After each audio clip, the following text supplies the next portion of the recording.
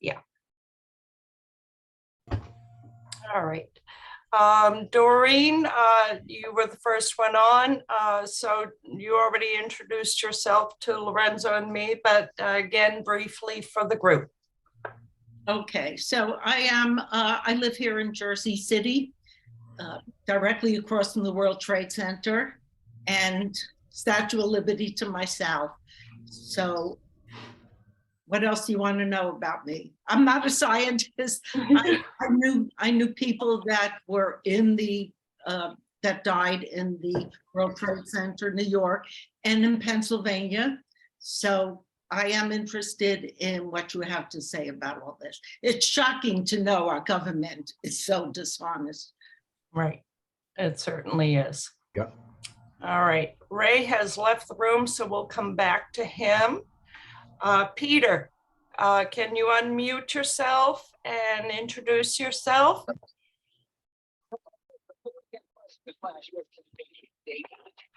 Can't hear you.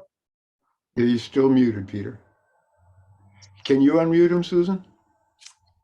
Okay, how about now? We got you. Yeah, my name is Peter, and I work down by the World Trade Center. I worked at the Federal Reserve Bank. I wasn't there on that morning when the 9/11 hit, but you know, I had to be there the weeks after and the months after that. And I always believed that there was a conspiracy. And the other thing is I got cancer twice. So I think it was related to that. I currently have a case, but how far that's going to go, I don't really know. So I was just interested in all the, you know, the thoughts and the conspiracies. I don't really think that we'll ever find out the real truth. Well, we have to try. Yeah. Ray, can you introduce yourself just a couple of minutes and, you know, tell us how you learned about this and what your interests are and where you're from? I'm Ray. I'm from Holland, and I've been studying 9/11 for years now. I rolled in it through, I think it was Occupy and the money thing, getting into reading about that, and that made me look into 9/11.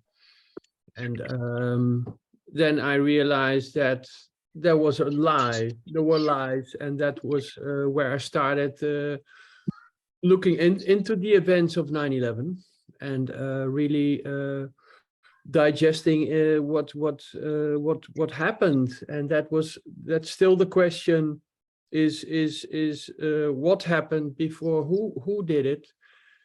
Because you have to define the crime before you can really get to the perpetrators. And I have hunches who the perpetrators are, but the main thing is focusing on hard evidence. And so I have a collection of videos and pictures I collected, and I've been studying those in the sense that these are the facts, not what people say and what is written in the press, but looking at pictures, analyzing them, and looking at the videos, analyzing them, and trying to reconstruct 9/11 from pictures and videos. I listen to a lot of witnesses. I listen to everybody. I listen to everybody who talks about 9/11, because I think that's also very important, that you're not narrow-minded in listening to other people. So that's why I'm also here, because I'm listening, and I will ask some questions. Great. Thank you for joining us, Ray. Yes. Thank you. Bruce, do you want to Hi, introduce yourself? Hopefully I'm unmuted. Can you hear me? Yep, we can hear you. Okay. You can't see me because, well, I'm looking a mess at the moment. So, but I'm Didn't stop me. I'm a member of the Lawyers Committee for 9/11 Inquiry, as Susan said. that's I guess part of the reason that the only reason I know Susan perhaps, but I represented Ellen Mariani.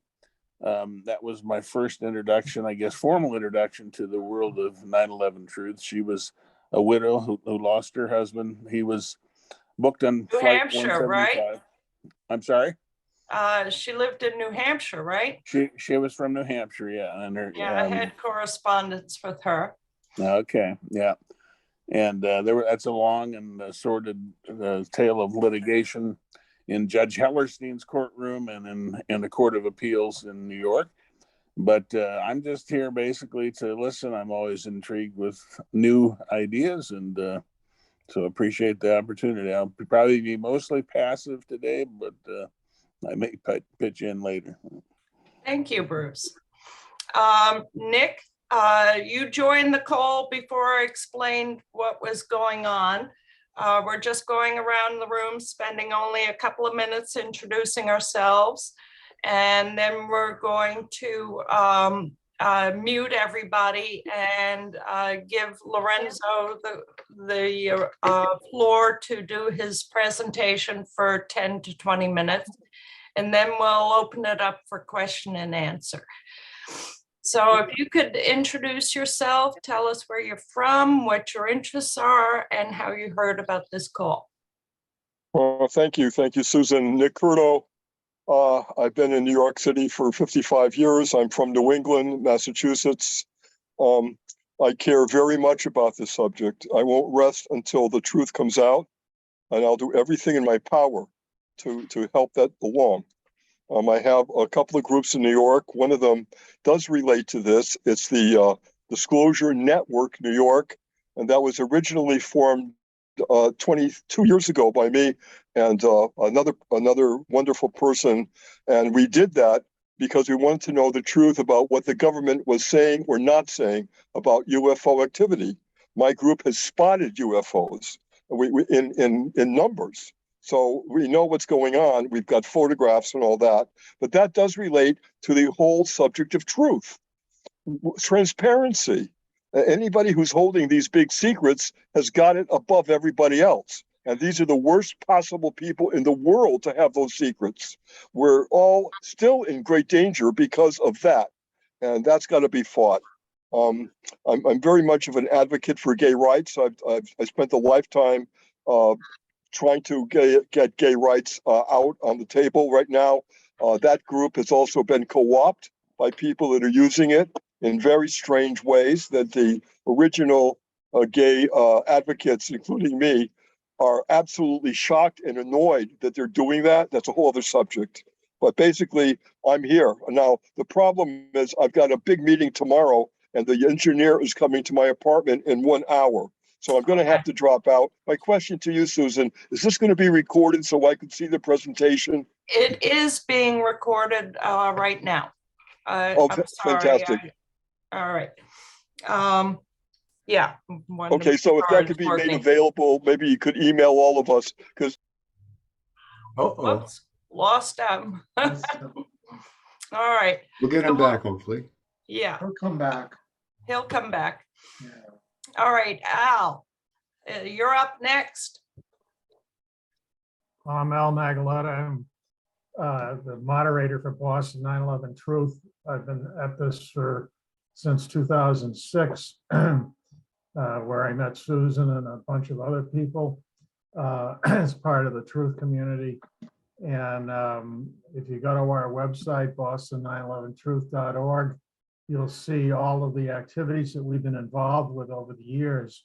And some of the people that originated the group, including Lorenzo's part of that, and Susan, and a bunch of others.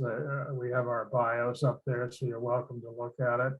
And I won't give up this fight until the day I drop. So there you have it. Thank you, Al.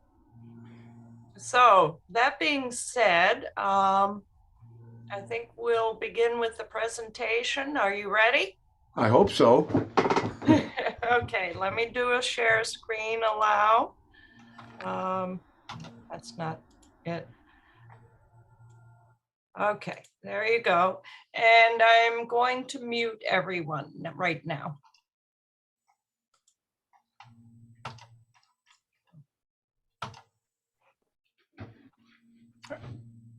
Okay. This is the website that we produced. Like Ray, it's mostly images, and there's definitely a lot of supporting testimony. I'll start with the opening page. I love understanding how things work, and have been studying this event, well, since the beginning. But as we dig deeper and deeper, there's a lot of discoveries to be made. So I put a lot of detailed stuff together. I'm going to just get right to. I'm going to go right to building number 4, which is, you can see this in my background here too. There were 2 cavities discovered beneath building number 4 during cleanup in 2002. They're approximately 40 feet spheroid-shaped cavities. And there's graphics later to illustrate that. They were not included in the pre-9/11 topographic surveys. I have questions about this, as William Rodriguez spoke about an explosive event before the first plane even struck the first tower, being in the basement.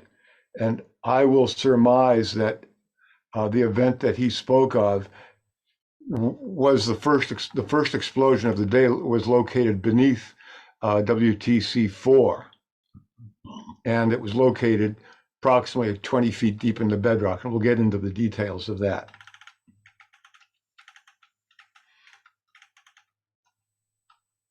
This is the pre-9/11 survey. This is called a till-filled valley here. Everything rises from this point. This is a low point in the survey, and the lowest point is the till that they measured down to at the bottom of this valley. Everything else was up. And this is the shape that they discovered after they had poured the slurry walls and excavated the site. So this is pretty much the raw plain that they reached after creating the basins. Over here on the right is the post 9/11 geotechnical survey, and there's a large detail of this to share at the bottom. Right now, I'll say that this is 60 feet below sea level, and that's 100 feet below sea level, which makes it 40 feet.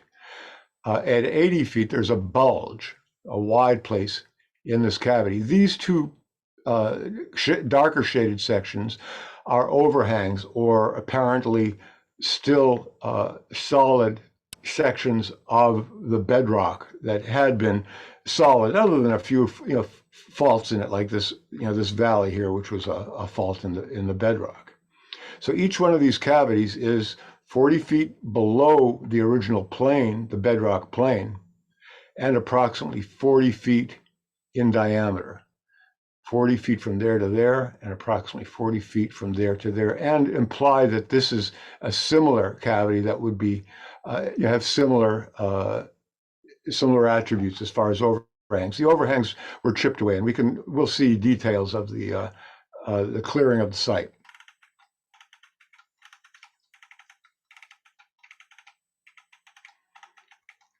This is a much more easy to read detail that Susan had prompted me for years to include, something that you could actually see the numbers more easily in. So again, 60 to 100 feet. Bottoms out at 100 feet. Both of these cavities bottom out at 100 feet. And they both the original bedrock was 60 feet. So that supports the 40-foot spheroid diameter shape.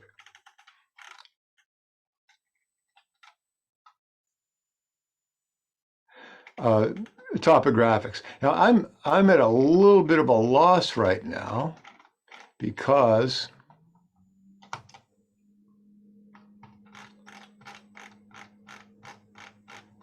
I thought I had a bunch more pictures in here, and I'm not finding them right now. It seems as though I may have lost some images.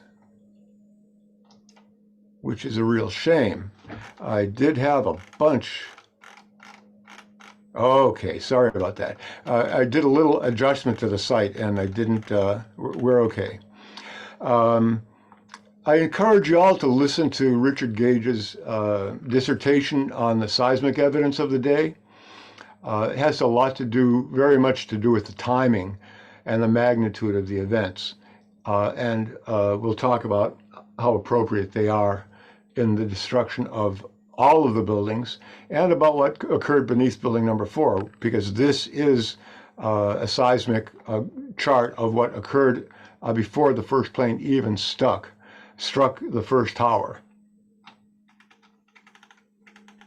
William Rodriguez spoke about the first event of the day having been an explosion in the basement. People were coming up from the basement with the skin coming off their bodies, peeled off their bodies, saying that there was an explosion. They said it was in the basement, but there was no definite location. This is why I surmise that it was the event that occurred beneath building number 4. This is an extraordinarily unique event, and there were at least 4 highly energetic events that occurred beneath the World Trade Center on 9/11.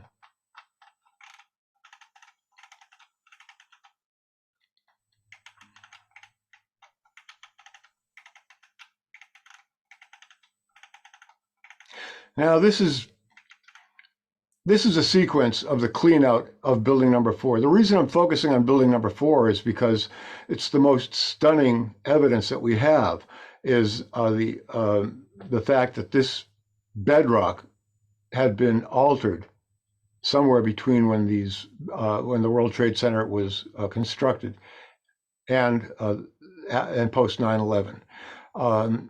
This is to show that there's a lot of heat coming from below. There's water being pumped into the site continuously for well over a month to cool it down. And the steam is being generated below the bedrock level. It's coming up from heat that was produced in the bedrock. This image over here is one of the 2 subsidences. Now this is a collapse, not a crater, but like a chimney collapse. If you're familiar with nuclear test flats in Nevada, there are a number of illustrations of the different effects of nuclear, thermonuclear devices being tested in the subterranean realm. This is as they came on the site. There's really not much excavation going on yet. You can see a couple of tire tracks. You can see the original rise in the bedrock here underneath the slurry wall, and you can see how the leveling work was done. So all that first survey that we saw was altered to the point where wherever they were building, they had a flat platform, like a flat lowest level on the bedrock, so that it was a useful level rather than a rough terrain. They've started chipping away at the overhangs, this bedrock here. They had done core sampling, and this is something that we need to discover through freedom of information, is getting the core samples into the evidence, because they will be very revealing for this site, for Tower 1, the sites of Towers 1 and 2, and for WTC 7, to discover what the condition of the bedrock is underneath the sites of those buildings, to see whether, and we'll get into some more pictures in a little while. More excavating, more chipping. They're breaking away the ledge rock up here. You can see where it's broken here. That's a broken plane. But this is a unique color texture. And I've learned that some people call it metamorphism. Some people call it anatexy. But these are geological terms that have to do with the rock being brought to a high temperature and the surface having fractured out to that point where that particular mineral would fracture to. This is a pressure washed surface, and we'll get further down into the images. You can see the chipping, the mechanical chipping that was done up here, but look at the forming down here and of the bottom of this. the cavity. This appears to be the space between the two cavities, but I'm not really clear of the exact positioning. There's a bunch of undercuts over here that you can see, but this texture over here is very indicative of an extraordinary amount of heat being generated in the bedrock.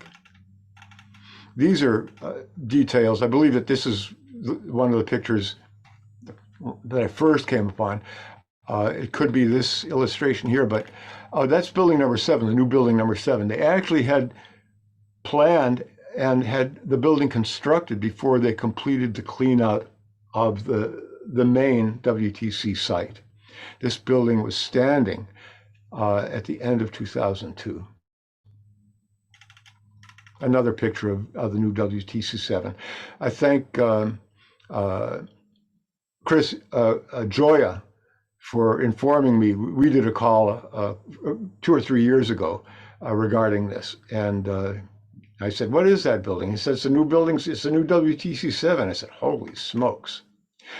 A good overview. Looking at the surface, the bowl-shaped surface, also the way that it was chipped up here, broken, and the formation, the different coloration here. This gray beige that indicates that there was something other than mechanical fracturing going on. Here's an overview of the site, including the post office building in the background, and you can see that this rusted steel or iron pipe is present in both of them, showing that these are at the I believe the north end of the building. All right, that's pretty much it on building number 4. Sizing it up, the geotechnical surveys, the seismology, has all led me to this conclusion that I'm surmising that this was the first extraordinarily energetic event of the day, because there was no other damage to any other buildings done. People said there was an explosion in the basement and people came out apparently scalded. I'm just remembering that there were a lot of other people in those sub-basement levels, in the transit hub, in the parking areas, doing work in these areas that were killed before the first plane even struck the building. I'm going to go right on to ground zero. Before you move on to ground zero, is it possible for you to share a minute or two of Project Plowshare? Oh, of course. I can grab that here because that's included in this. Okay, where is it? I thought I included it on, oh, there we go, Project Plowshare.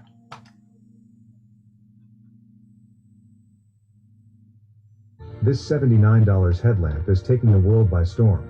They're great headlamps, by the way, but that's not why we're here. He knows that a conventional chemical explosion releases the energy that bonds atoms into molecules. But he also knows now that there is a far... This is what released me from not going nuclear in the 9/11 Truth Movement, although I've been accused of it for years, which is, I have suspected it. Can you go full screen? To bring water and food where there is only parched earth. Is that good? And people where there is desolation. No, it didn't change. Oh, hold on. I'm going to stop. Oh, it didn't change? That's all right. Never mind. Okay. To bring freedom of movement where there are imposing barriers. And commerce where nature has decreed there will be isolation.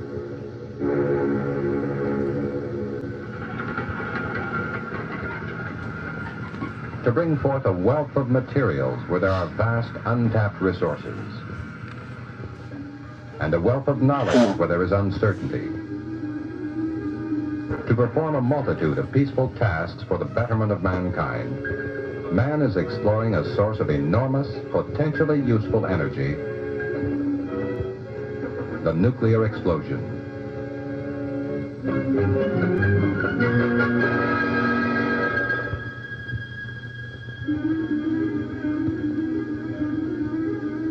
sees the potentials and he sees the problems. To investigate both and to develop the technology that will turn potentials into realities, the United States is conducting, for the benefit of all nations, a program it calls Plowshare.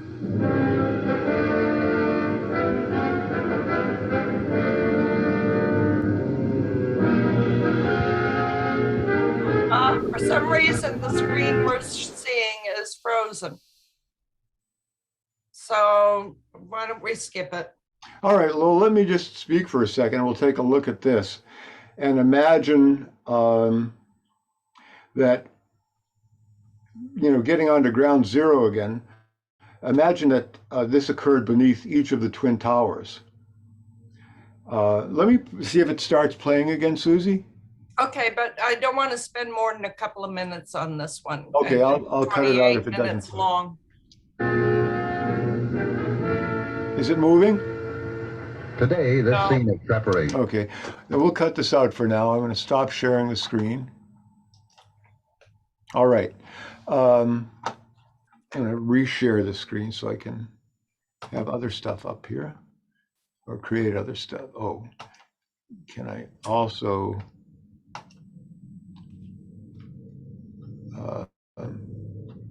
hold on a second. All right. You see the wiki, the Wix site now? Yes. Okay, good. Move it over a little bit. Is there anything obstructing your view of the site? No. Okay.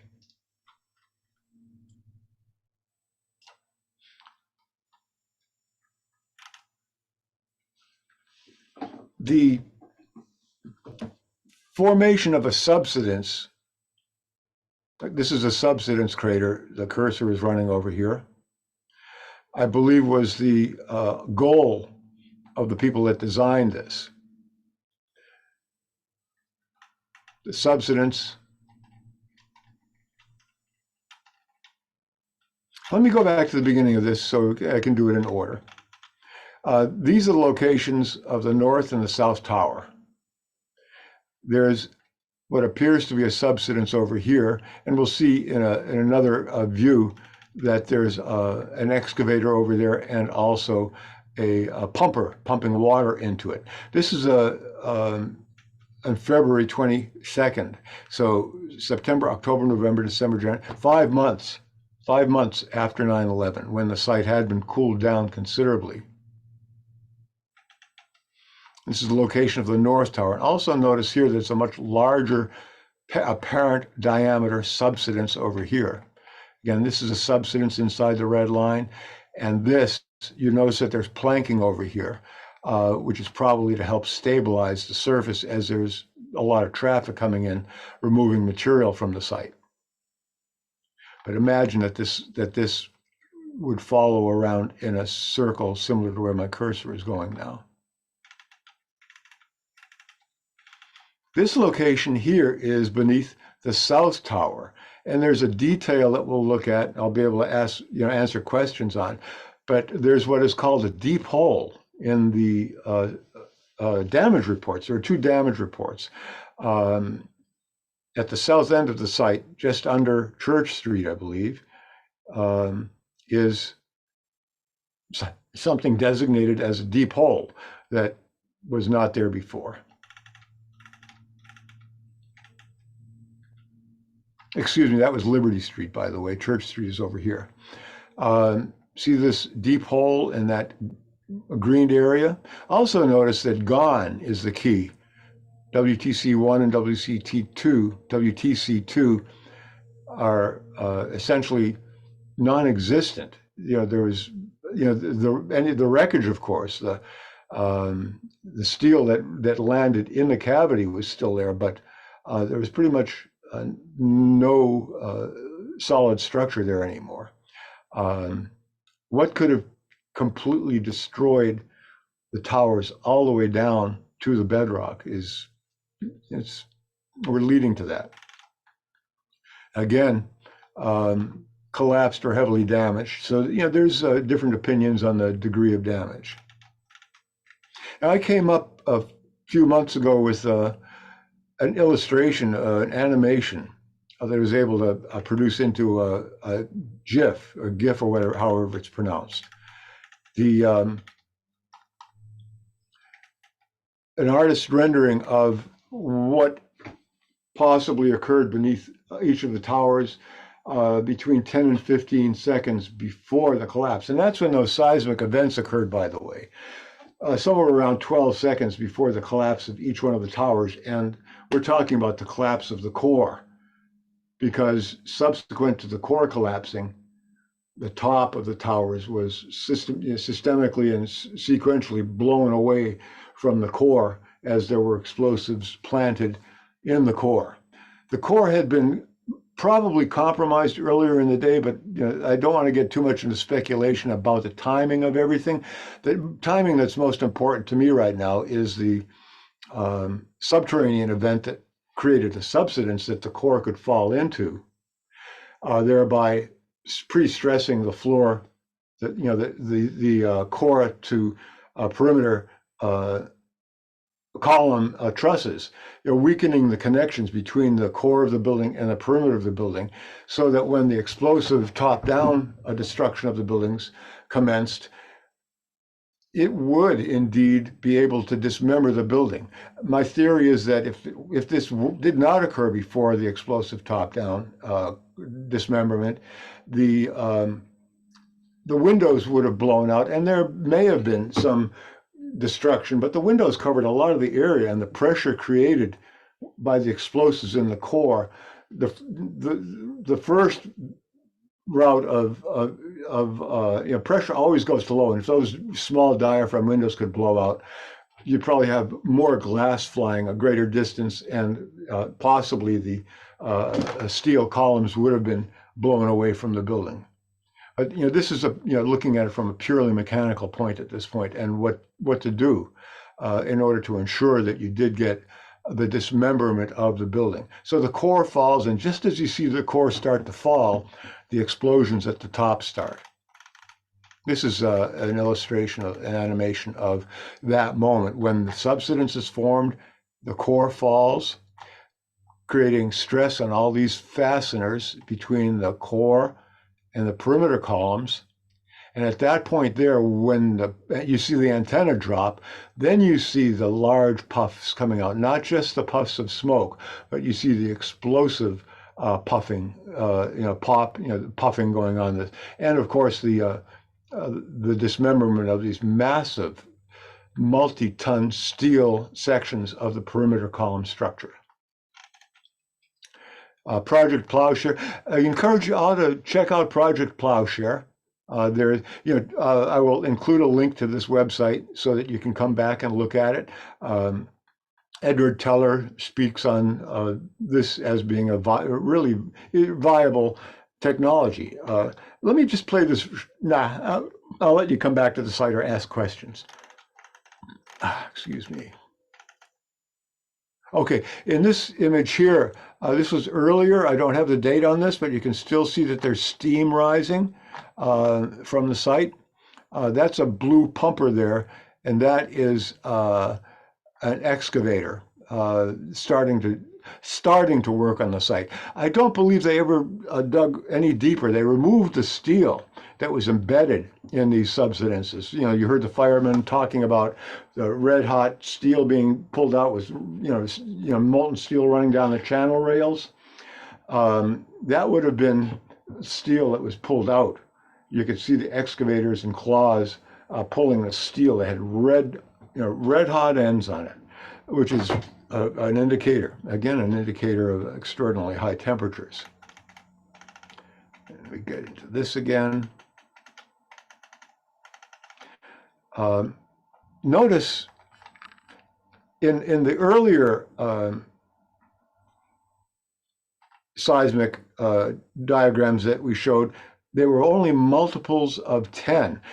So this is 10 times more compressed than even those were, and those were compressed 10 times to show the details of the magnitudes of the events. This was was this the North Tower? I have them 14, 30. Yeah, this would have been the North Tower here.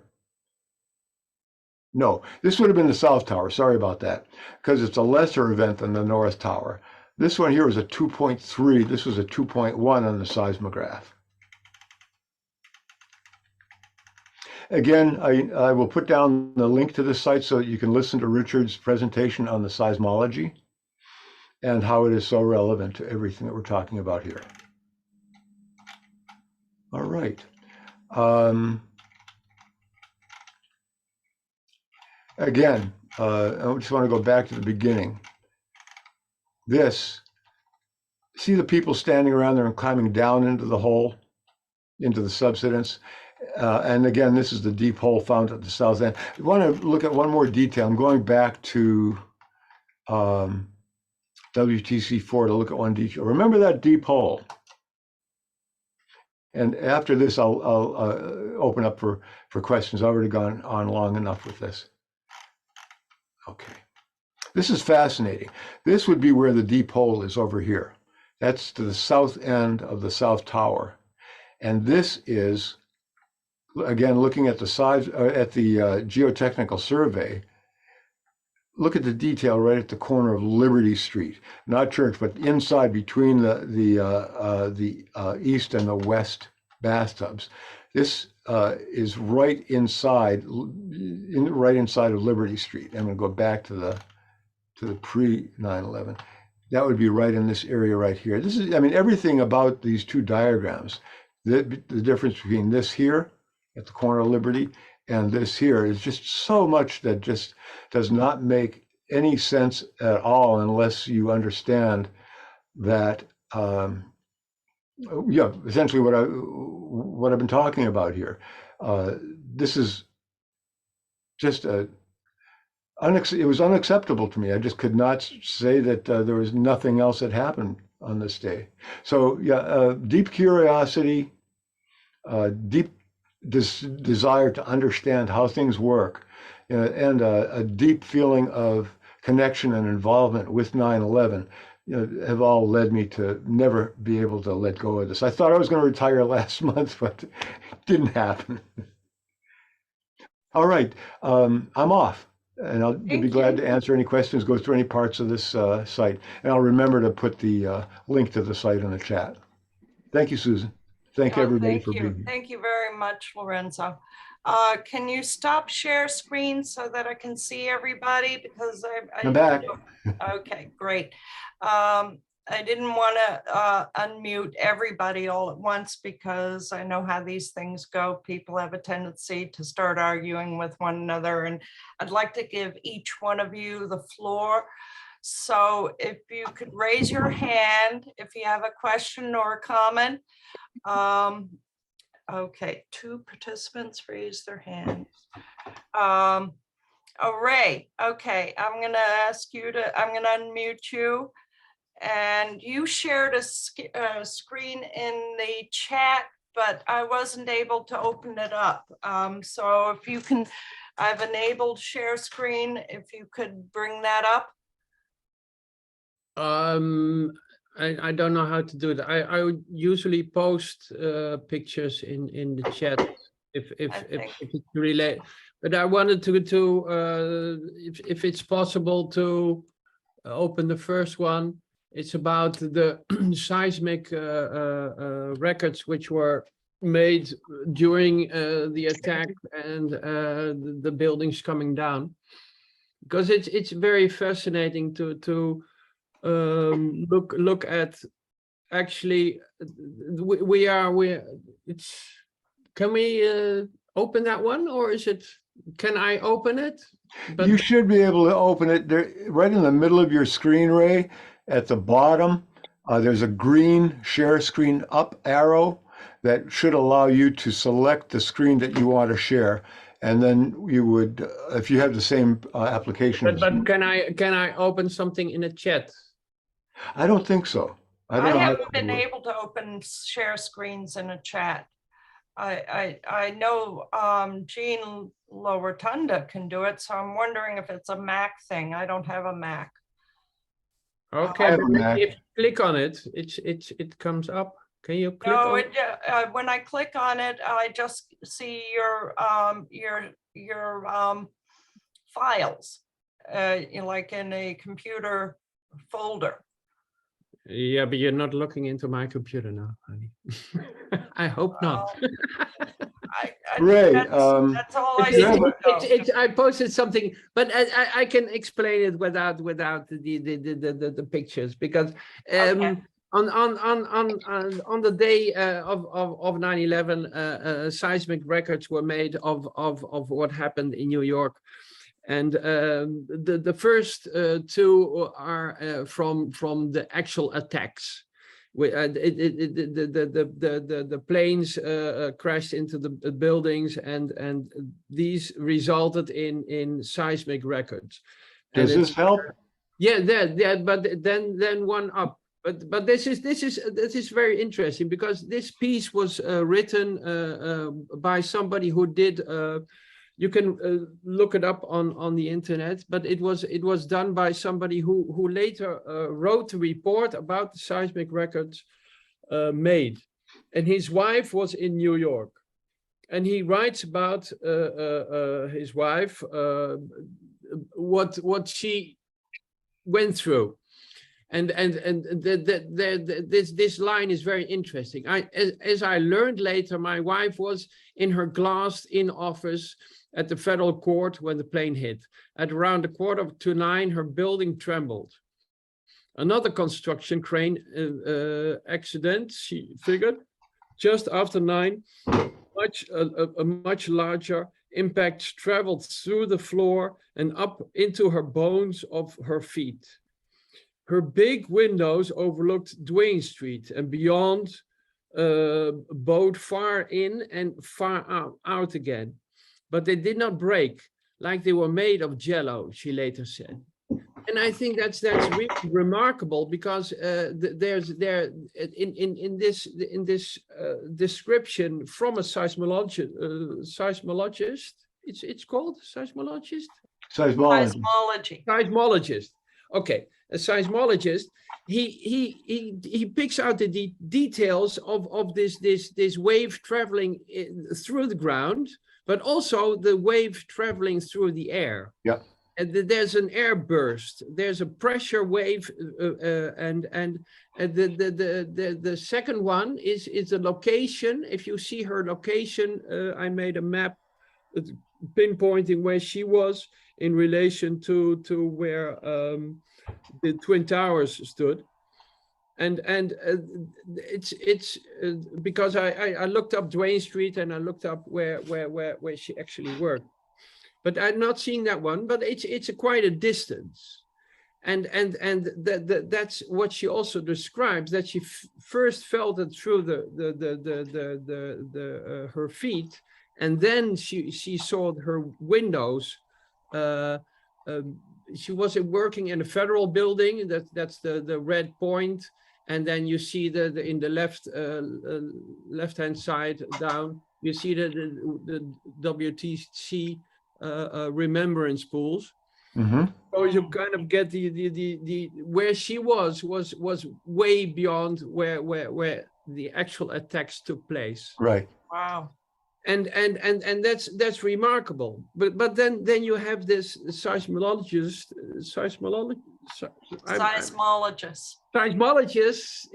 He's saying that that there is also a shock wave in this article, and people who've been through earthquakes experience the same thing, where windows look like jello. Yeah, but it's after it's not at the same time. Huh? It's not from the trembling in the feet that the windows move. But he describes it in this piece as there was a shock wave traveling through the air. And then you go to the actual data of this attack. That was the first one I posted. You see the wave of the trembling of the earth that was registered in the seismologist data. But we were explained, and that's where it comes to. We were explained that it came from the impact of the air. Right. So the impact of the airliner into the building resulted in a 0.9 and a 0.7 tremble on the scale of Richter. And that's comparable to a small bomb.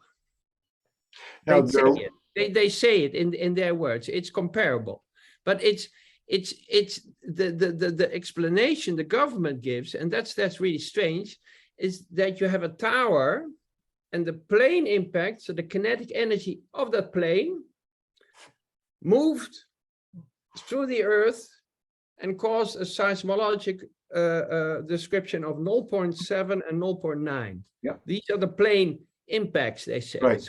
So you have and that's strange, because then you come to Rodriguez, who says at that time of the plane impact, there is an explosion. So it is left out what actually caused that 0.7, 0.9 register on the scales, and that's not explained. The explosion is actually captured, and that's the thing I want to say. The explosion which Rodriguez describes is captured by the seismologic data. Yeah.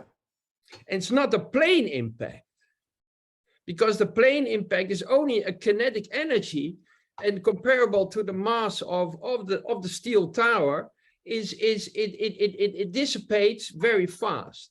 So you cannot have an underground. It happens here, and it has to travel through the building, and then through the Earth to be registered as a trembling of the Earth.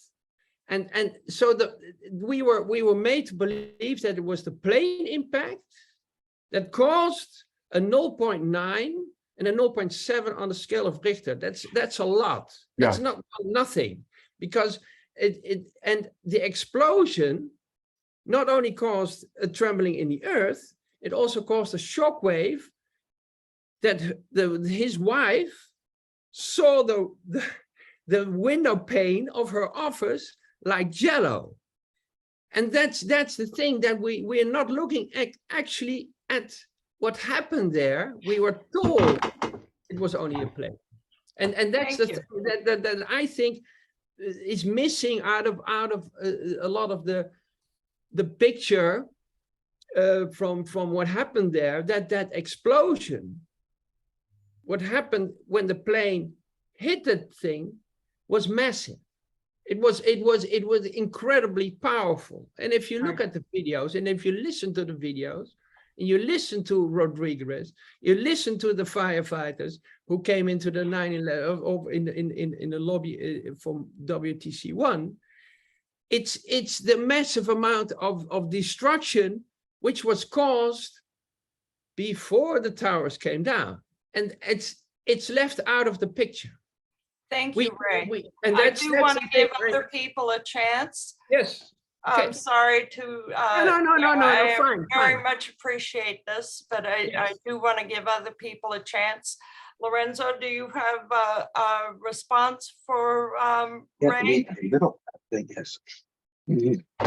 Oh yeah, Nick needs to get muted because it's got a background noise. Okay, I was going to go to Nick next. So go ahead and respond for a few seconds, and then I'll give Nick the floor. Pretty much concur with Ray regarding the location of the explosions and the mechanical effect of something hitting such a cantilever. I mean, it would have. It could have bounced off if it had been a little bit springier. Yeah. But it was a very rigid structure. I have no. I'm in pretty much agreement with the analysis. Thank you. Okay, Ray, I'm going to mute you, and then we're going to go to Nick. Well, thank you very much, Susan. And Lawrence, your presentation is startling, absolutely startling. I had no idea that was going on that level, on that massive level. But my question is, if you can recall, I'm remembering that horrible time, And they kept saying about this huge heat that was going on underneath it all. And I Yeah. thought, what the hell is going on? Why would that be there? Of all the places they would talk about, and it was on for, as you know, forever, what, a month or something?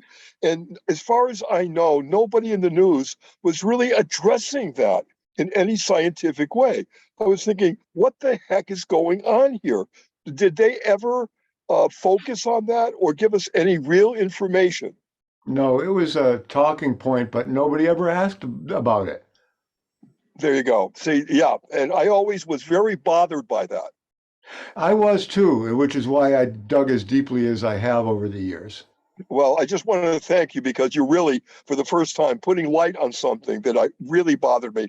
That's my question at the moment. At some point, though, I have to go now because my engineer is here. But I want to talk about Rebecca Roth and what she talked about at some point. But I got to go. Love you guys. Thank you so much for your help. Nick, And just before you go, please share this with your engineer if he's a civil engineer or mechanical engineer. I'll share it with more than that. Believe me. Thank you very much for being here. Thank you. Hi, Jane.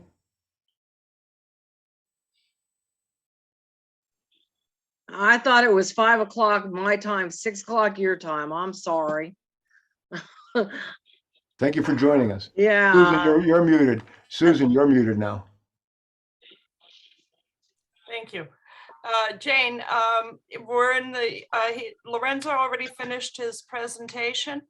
Did you record it? Yep. Yes, we did. So I can And listen it's to it? being recorded right now. Okay, good.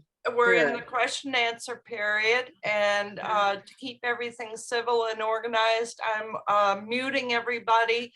So if you have a question, raise your hand and we'll unmute you and you can pose your question and Lorenzo will respond. Okay. I'm just here to listen at this point. Okay, I'm going to mute you and Doreen is next. Yes. Thank you very much. I wanted to ask the question, you mentioned at the beginning that people were killed underneath the building.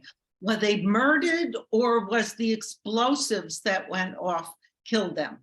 They were murdered by the explosive, by the extraordinary heat that was produced. Now, these are all I surmise. I'm making allegations because there's never been any official investigation into this.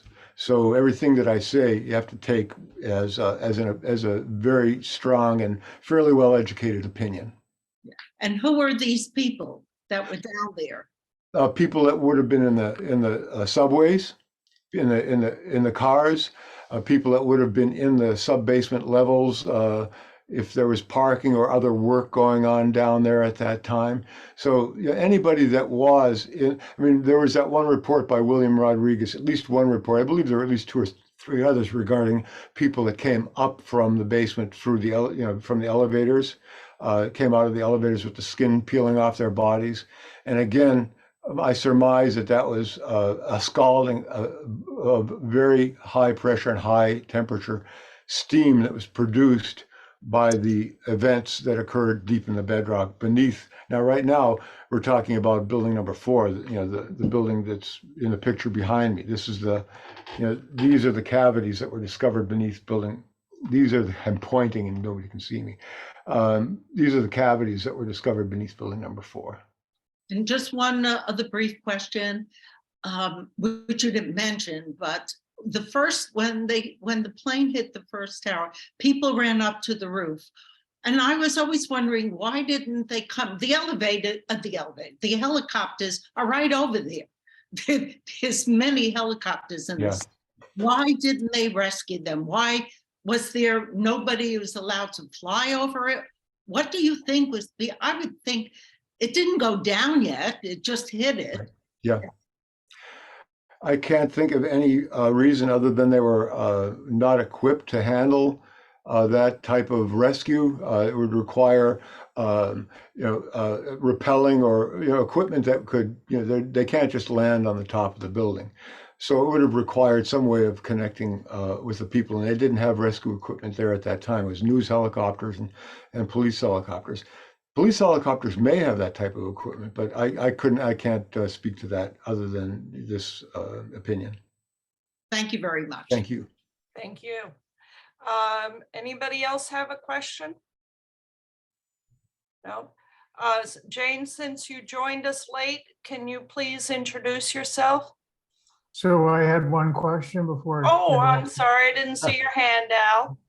I had read somewhere a long time ago that the doors to the roof had been locked and nobody could get up to the roof. And I don't know if that's true or not, but I'm not sure.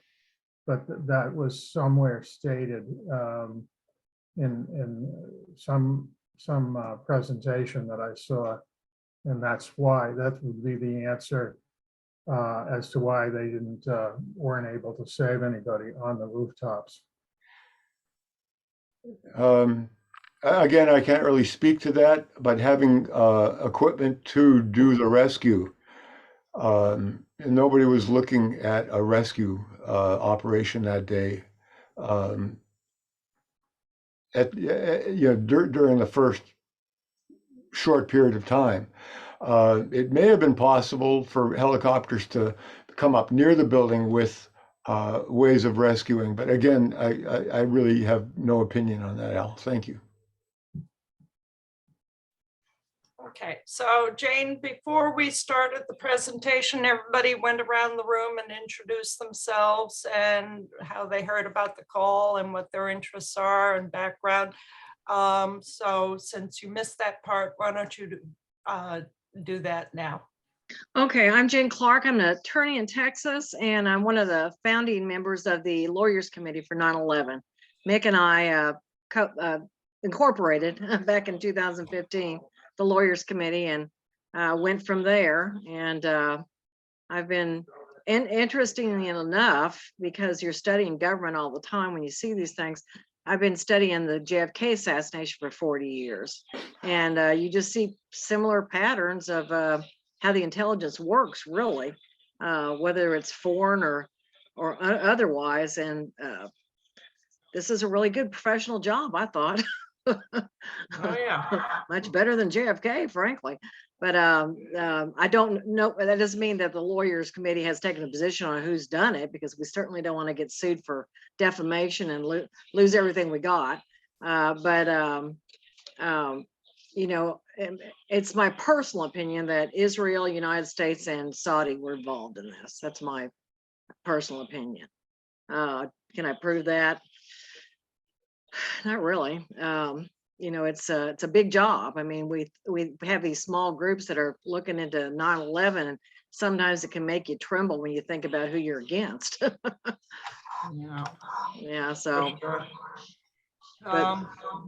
Do you have any direct questions for Lorenzo at this point in time, or do you want to wait until you see the recording and the presentation? Yeah, I know I've studied some of Dr. Woods's work somewhat. You know, I think pretty much the dust tells us what we're talking about here too, but I haven't seen Lorenzo's stuff, so I'm interested to look at that.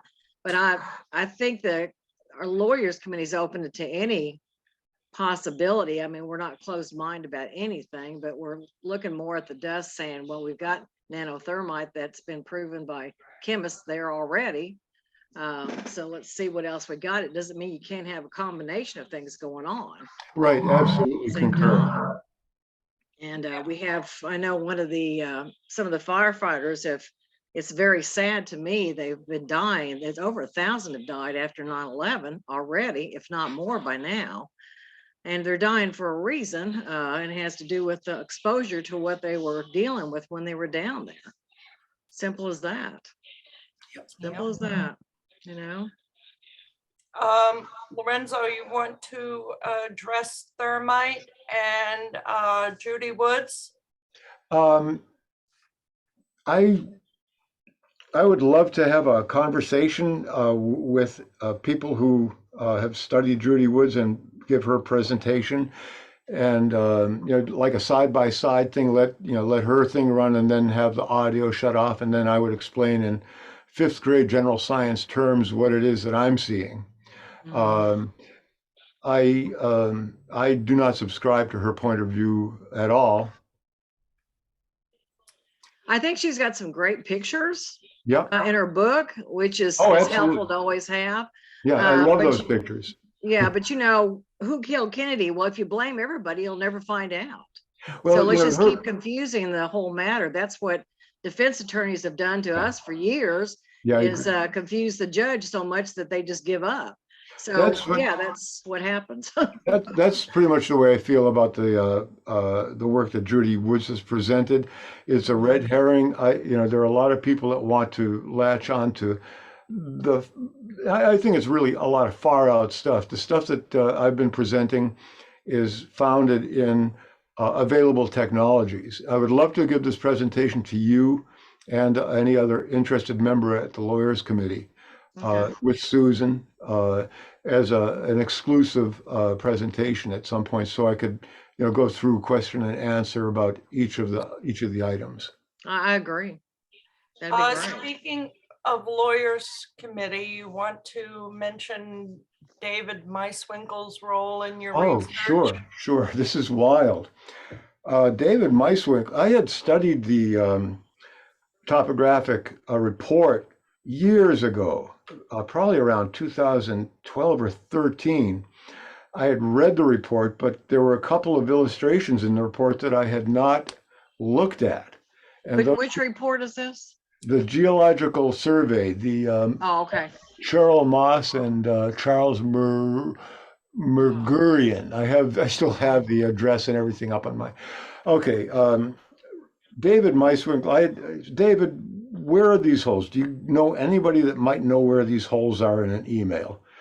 And his reply was, ask MS, capital M, small s, period, capital M, small OSS. So that's all that was just the body of his reply.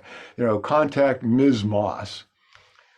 So I Googled Ms. Moss and 9/11, and I discovered the geological report. And it included the topography of the World Trade Center, especially the topography of building number 4. I mean, we were focused on the building number 4, or the topography was, because they were talking about these glacial potholes and plunge pools. And I looked at them and I said, holy smokes, that was not a glacial plunge pool or anything glacial. That was, I said, they set off a thermonuclear device in Manhattan. That was my first response after seeing these holes, and I could not find out where they were located. I discovered the pictures around 2012 of these two cavities. David says, look for, ask Ms. Moss. I located her, located the article and emailed all the principals involved. I say, I've got questions regarding the topographic surveys, the pre-9/11 survey and the post-9/11 survey. And I never received a response from either of them. Who is it exactly? Do you know who that is? Yeah, Cheryl J. Moss, the Musser Rutledge Consulting Engineers, and Charles Marugian, the Geology Department at Hofstra University. Is that in Israel? In Hempstead, New York. Oh, New York. Okay. Did you try calling them? No, I did not try calling them. I got no phone. Yeah, there actually is a phone number here, but I didn't want to get into a conversation until after we had made contact with email and had that confirmed. Now, people get so much email they don't see it. That's a problem. Well, yeah, again, they were never responded to. However, Mhm. Richard Gage asked me a question in a Facebook chat. We were going back and forth. He said, Richard, I found this. I have some more arrows for your quiver here, I said. He clicked on the site and he said, we won't go into the details of the conversation, but he said, where did you get this? So I shared the link with him. And then I went right to that link moments after I shared it with him to make sure that I had shared him a live link. And the link was live, but the two geological surveys had been removed. The two PDFs had been removed from the site that I originally lifted them off of, the ones that I use in the presentation. You saved them, right? Oh yeah, I've got the They're on his website, so you can see them. Okay. and 'Cause I can share the the link to the surveys with. yeah, anytime you see this stuff, I swear nowadays you got to download it and save it the best you can because it goes. Yeah, it does. It gets to, it just goes.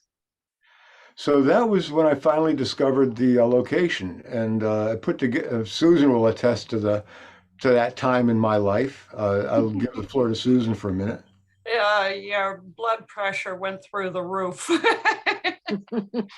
Scared the shit out of me. Yeah. It was, a very exciting moment to have finally made that connection. As I'd seen these surveys, a few years before, I finally took a look at them, and that I have to thank David Meiswinkle for poking me in that direction. I attempted to get in touch with him a number of times after that regarding it, but he has never responded. Prior to that, you basically were just fascinated by the pictures, right? Yeah. You had no theories at all about those, and you didn't even know where they were. You Right. just I had knew assumed that these pictures of the cavities beneath, building number 4, the ones that are in the background here. You can't even see my finger pointing at them. I have to use the cursor. But I had assumed that these were the cavities or the subsidences that I also saw in the west bathtub, and thought that they had been what the subsidences beneath each of the towers. I thought these were what they had excavated down to and emptying the two subsidences beneath the twin towers. The twin towers were never excavated to this degree. This is the telltale, the smoking gun. What's that? Something in my background. Okay. These are the smoking gun of the subterranean explosive events that I have been taking position on for years now. Yeah, I don't think everybody's looking at the Twin Towers and number 7, and the other buildings were oddly affected in odd ways too. Right. It's just too much for the public, I think, sometimes. But I can go to building number 6 and say that was caused by the north perimeter columns from the north tower that were blown away from the tower that landed on top of the building and caused. Now that would be a perfect example of pancake collapse, as the roof structure was overloaded. And then subsequently, the roof structure, which was overloaded and collapsed, then landed on each floor below it, causing the floor below it again to collapse. That would be a perfect example of pancaking. Doreen has got her hand raised again. Okay. Thank you for taking my question. Just again, a simple question, maybe naivety. Was this all done for the gold that was underneath the buildings? I would say that I've heard stories about there having been vaults beneath WTC4. I heard stories about vaults being beneath WTC4 and that there was gold that was taken out. Why this was done may have been to cover that up. Sometimes I look at the possibility that I really don't know why they did this underneath building number 4. It's the most telling detail. And they excavated, they exposed it. I mean, the people allowed this to be exposed. They built a brand new building number 4 on top of it. This probably still exists to a certain degree beneath building number 4. You could probably go down there if you had access to it and touch some of these details. I know that when they were building, doing the new building, they put new piers in after they ensured that the site was now a monolithic site, no loose chunks of bedrock. Everything had to be of substantial size enough to anchor to. So why did they do this? I know why they did it beneath the Twin Towers. That's very clear to me now. as far as the mechanical dismemberment and then the eventual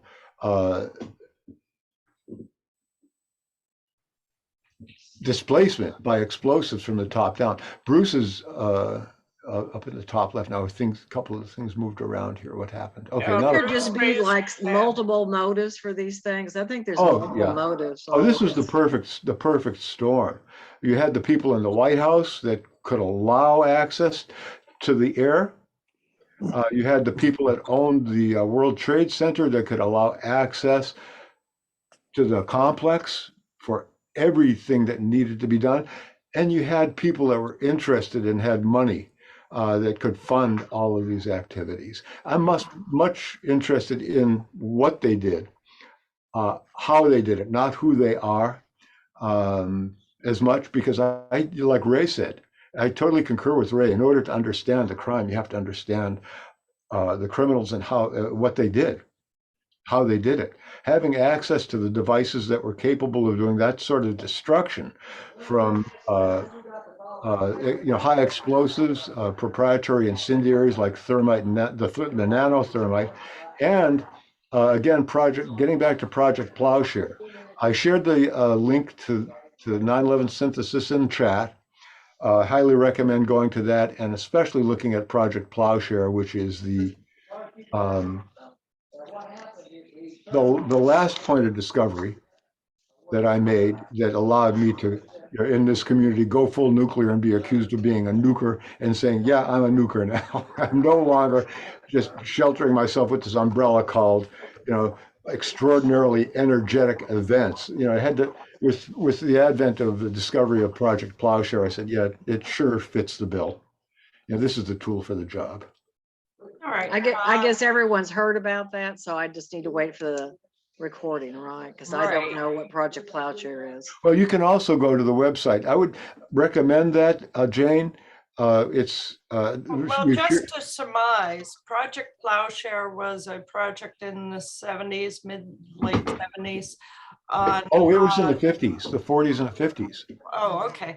On the use of nuclear devices, subsistence under the ground, nuclear devices for construction and peaceful uses. Right, they were harnessing the use of the atom to better mankind, essentially, by being able to create harbors, canals, being able to use it for fracking, for releasing gas, for creating subterranean caverns that they could store radioactive waste and other waste materials in. Some of them may be using for pumping. People are probably experimenting with pumping carbon dioxide into some of them now. It is an answer to people who say, if they used a nuclear device, how come we don't have radioactive readings? Because underground contains the radioactivity.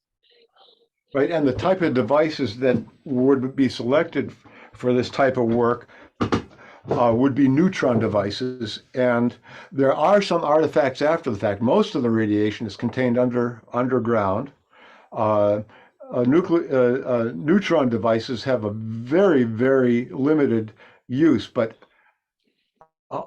they were killing devices. They were used. Their main use at the beginning was for air bursts, and the radiation from that air burst would kill people. It wasn't the destructive, the thermonuclear heat that killed people. It was the radiation. It wasn't the explosion itself that killed people. It was the radiation. But the radiation would not penetrate 2 feet of concrete, a foot of concrete. It was very easy to protect yourself from if you had a berm of land, of earth to hide in, or a cavity, a cave, or even a building with a 1 or 2 foot thick concrete walls would have protected you from this immediate radiation. And it also has a very short half-life. We were hoping that Alan Abrams and Bill Brandon geologist and a friend of mine who's also interested very much in physics, nuclear physics, would be able to join us on this call. But at some point, I'd love to have them join you and Bruce and anyone else that's interested in the work that we've done here. So they are much more supporting testimony as what we're talking about. I'm just a very curious guy that says that, holy smokes, look at this. Well, you What, have some expertise in terms of your Air Force experience working on B-52s and I did sit on top Yeah. of nuclear weapons at one time. yeah. My dad was a B-52 navigator. Wow, that was a ground crew mechanic. Mhm. I think Bruce and Ray wanted to say something. Yes, they do. Bruce, are you available right now? Yeah, I just had a quick question, and it's a point of intersection with my own experience here, since some of this is beyond my scientific expertise. But the name William Rodriguez and his testimony has been mentioned several times. I heard him speak at one point. He was very convincing at that point. He seemed to have then, to my knowledge, dropped almost completely out of sight. And my impression was that there were some in the truth movement who no longer bestowed in him the same credibility that they once did, but I didn't really know one way or another about that, and I don't have any of my own. So, Lorenzo, I'm wondering, you obviously regard him as a fully credible source in what he's testified to in terms of what he saw. And is that based on any recent experience, or more his early statements? I would say that it's based on having followed him through his life and hopefully understanding pretty much what he's about. He's a humanitarian. Um, he was present he was part of, he was there. And I do place credibility in his testimony. And a part of my presentation relies, of course, on his testimony regarding the explosive event before the first plane struck, which is kind of key in connecting it to the event that occurred beneath the event or events. It could have been simultaneous, it could have been two events or just a singular event, because I know there was other seismic stuff going on, so I really can't say that one of these events happened before or after the other.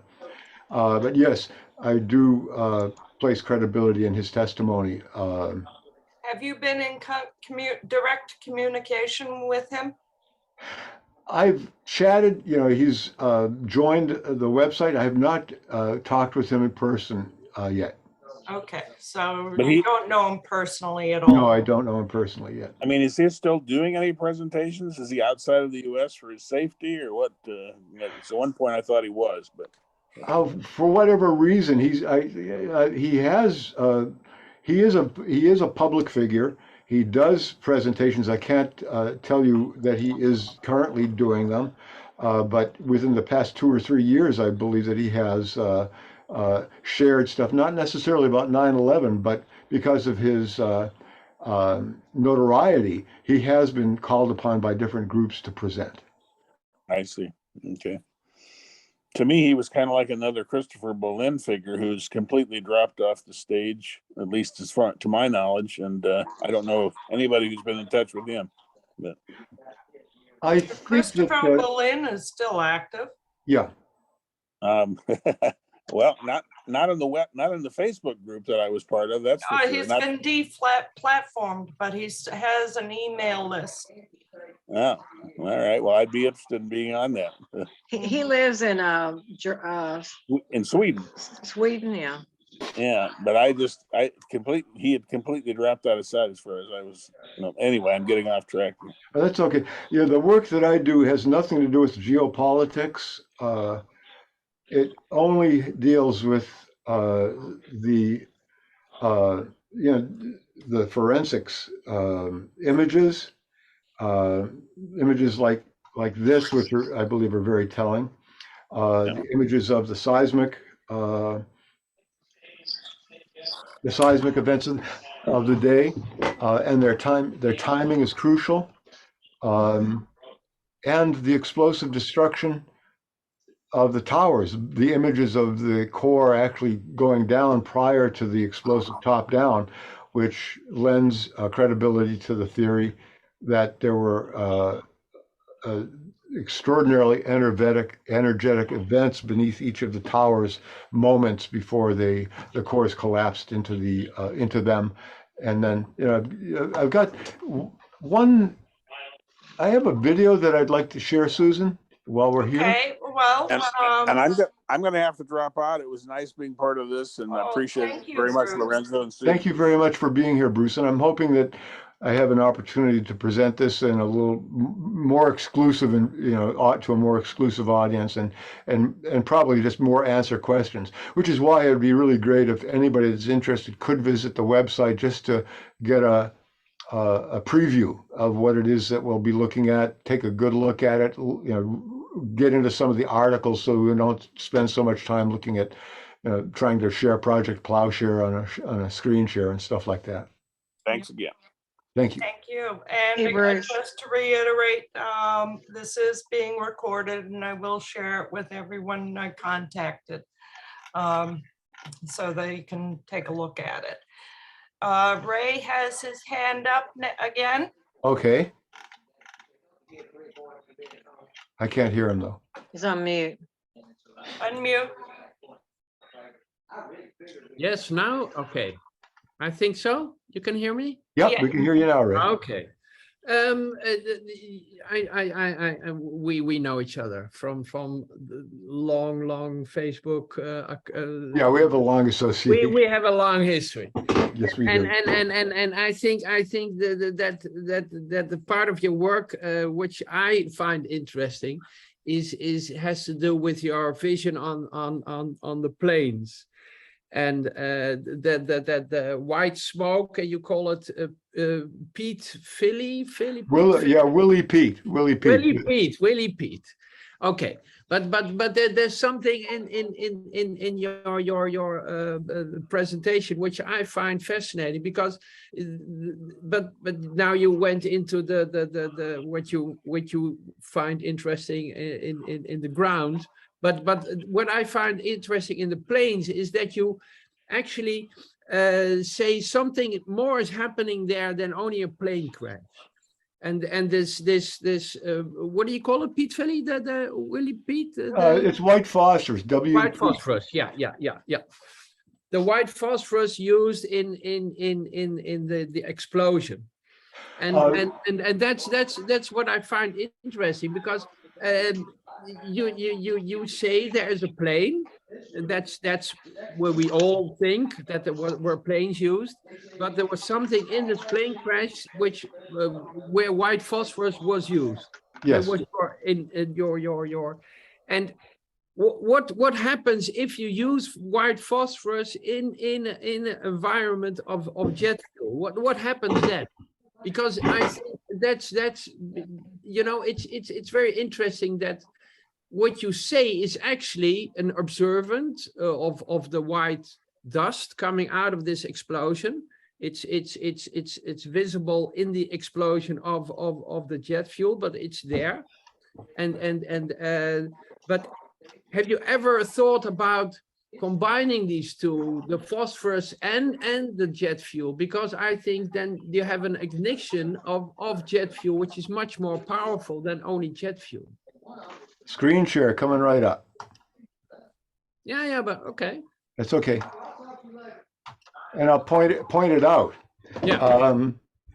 Thank you for asking about this, because this is wonderfully fascinating. First of all, I know that you know the difference between an explosion and a conflagration.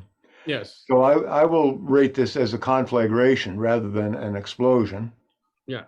We call it explosion, detonation, and conflagration is actually a burning of fuel. Right, and this is a burning of... It's slower. The process is slower. A detonation is very fast, and yeah. Okay. So plane is approaching the building.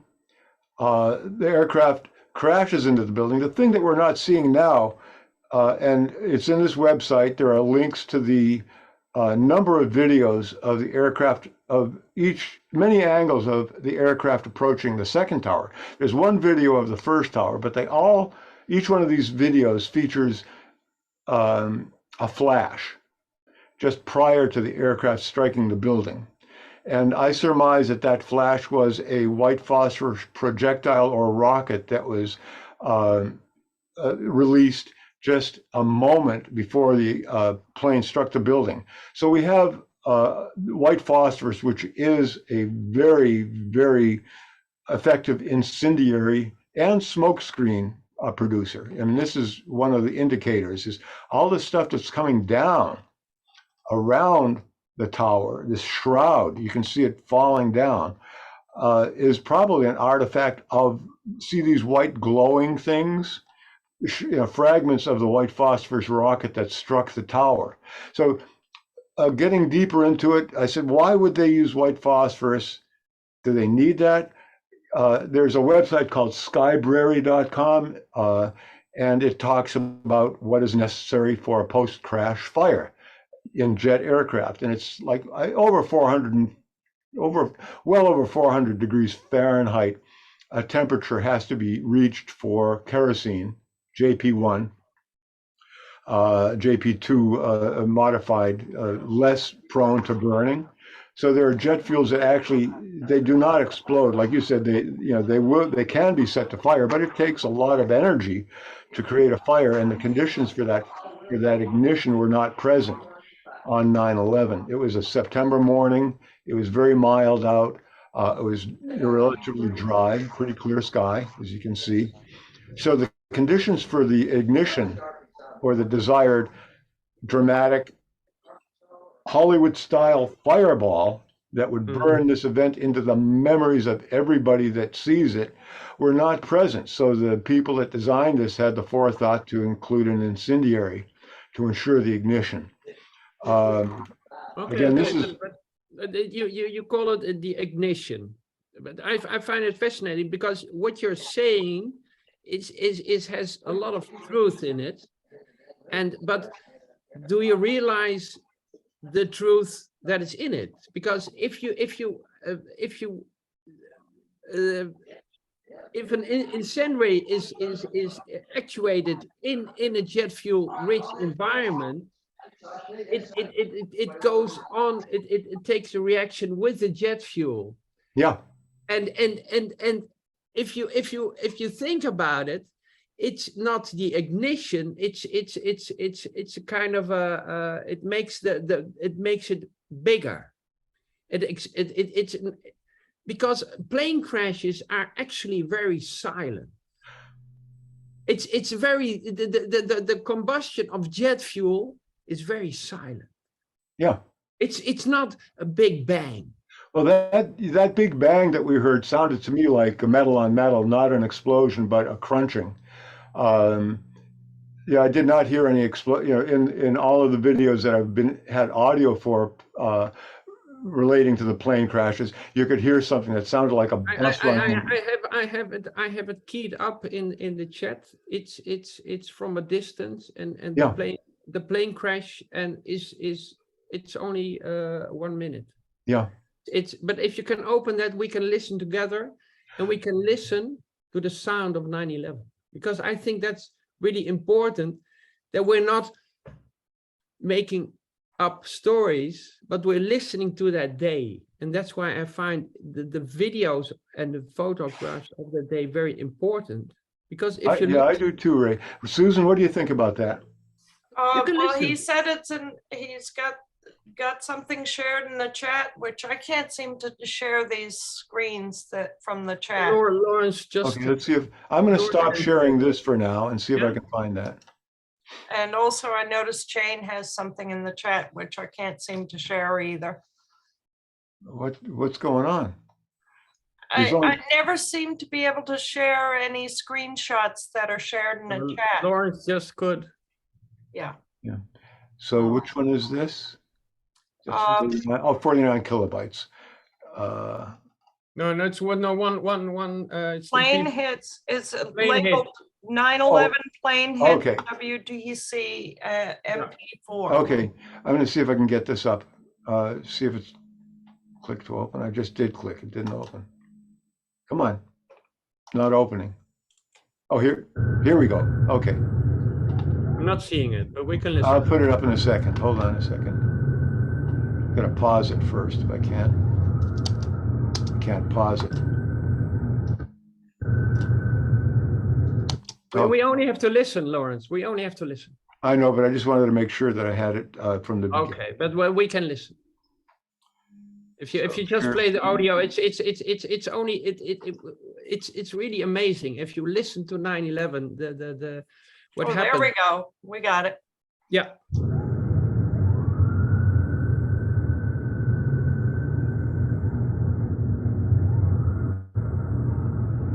Wow.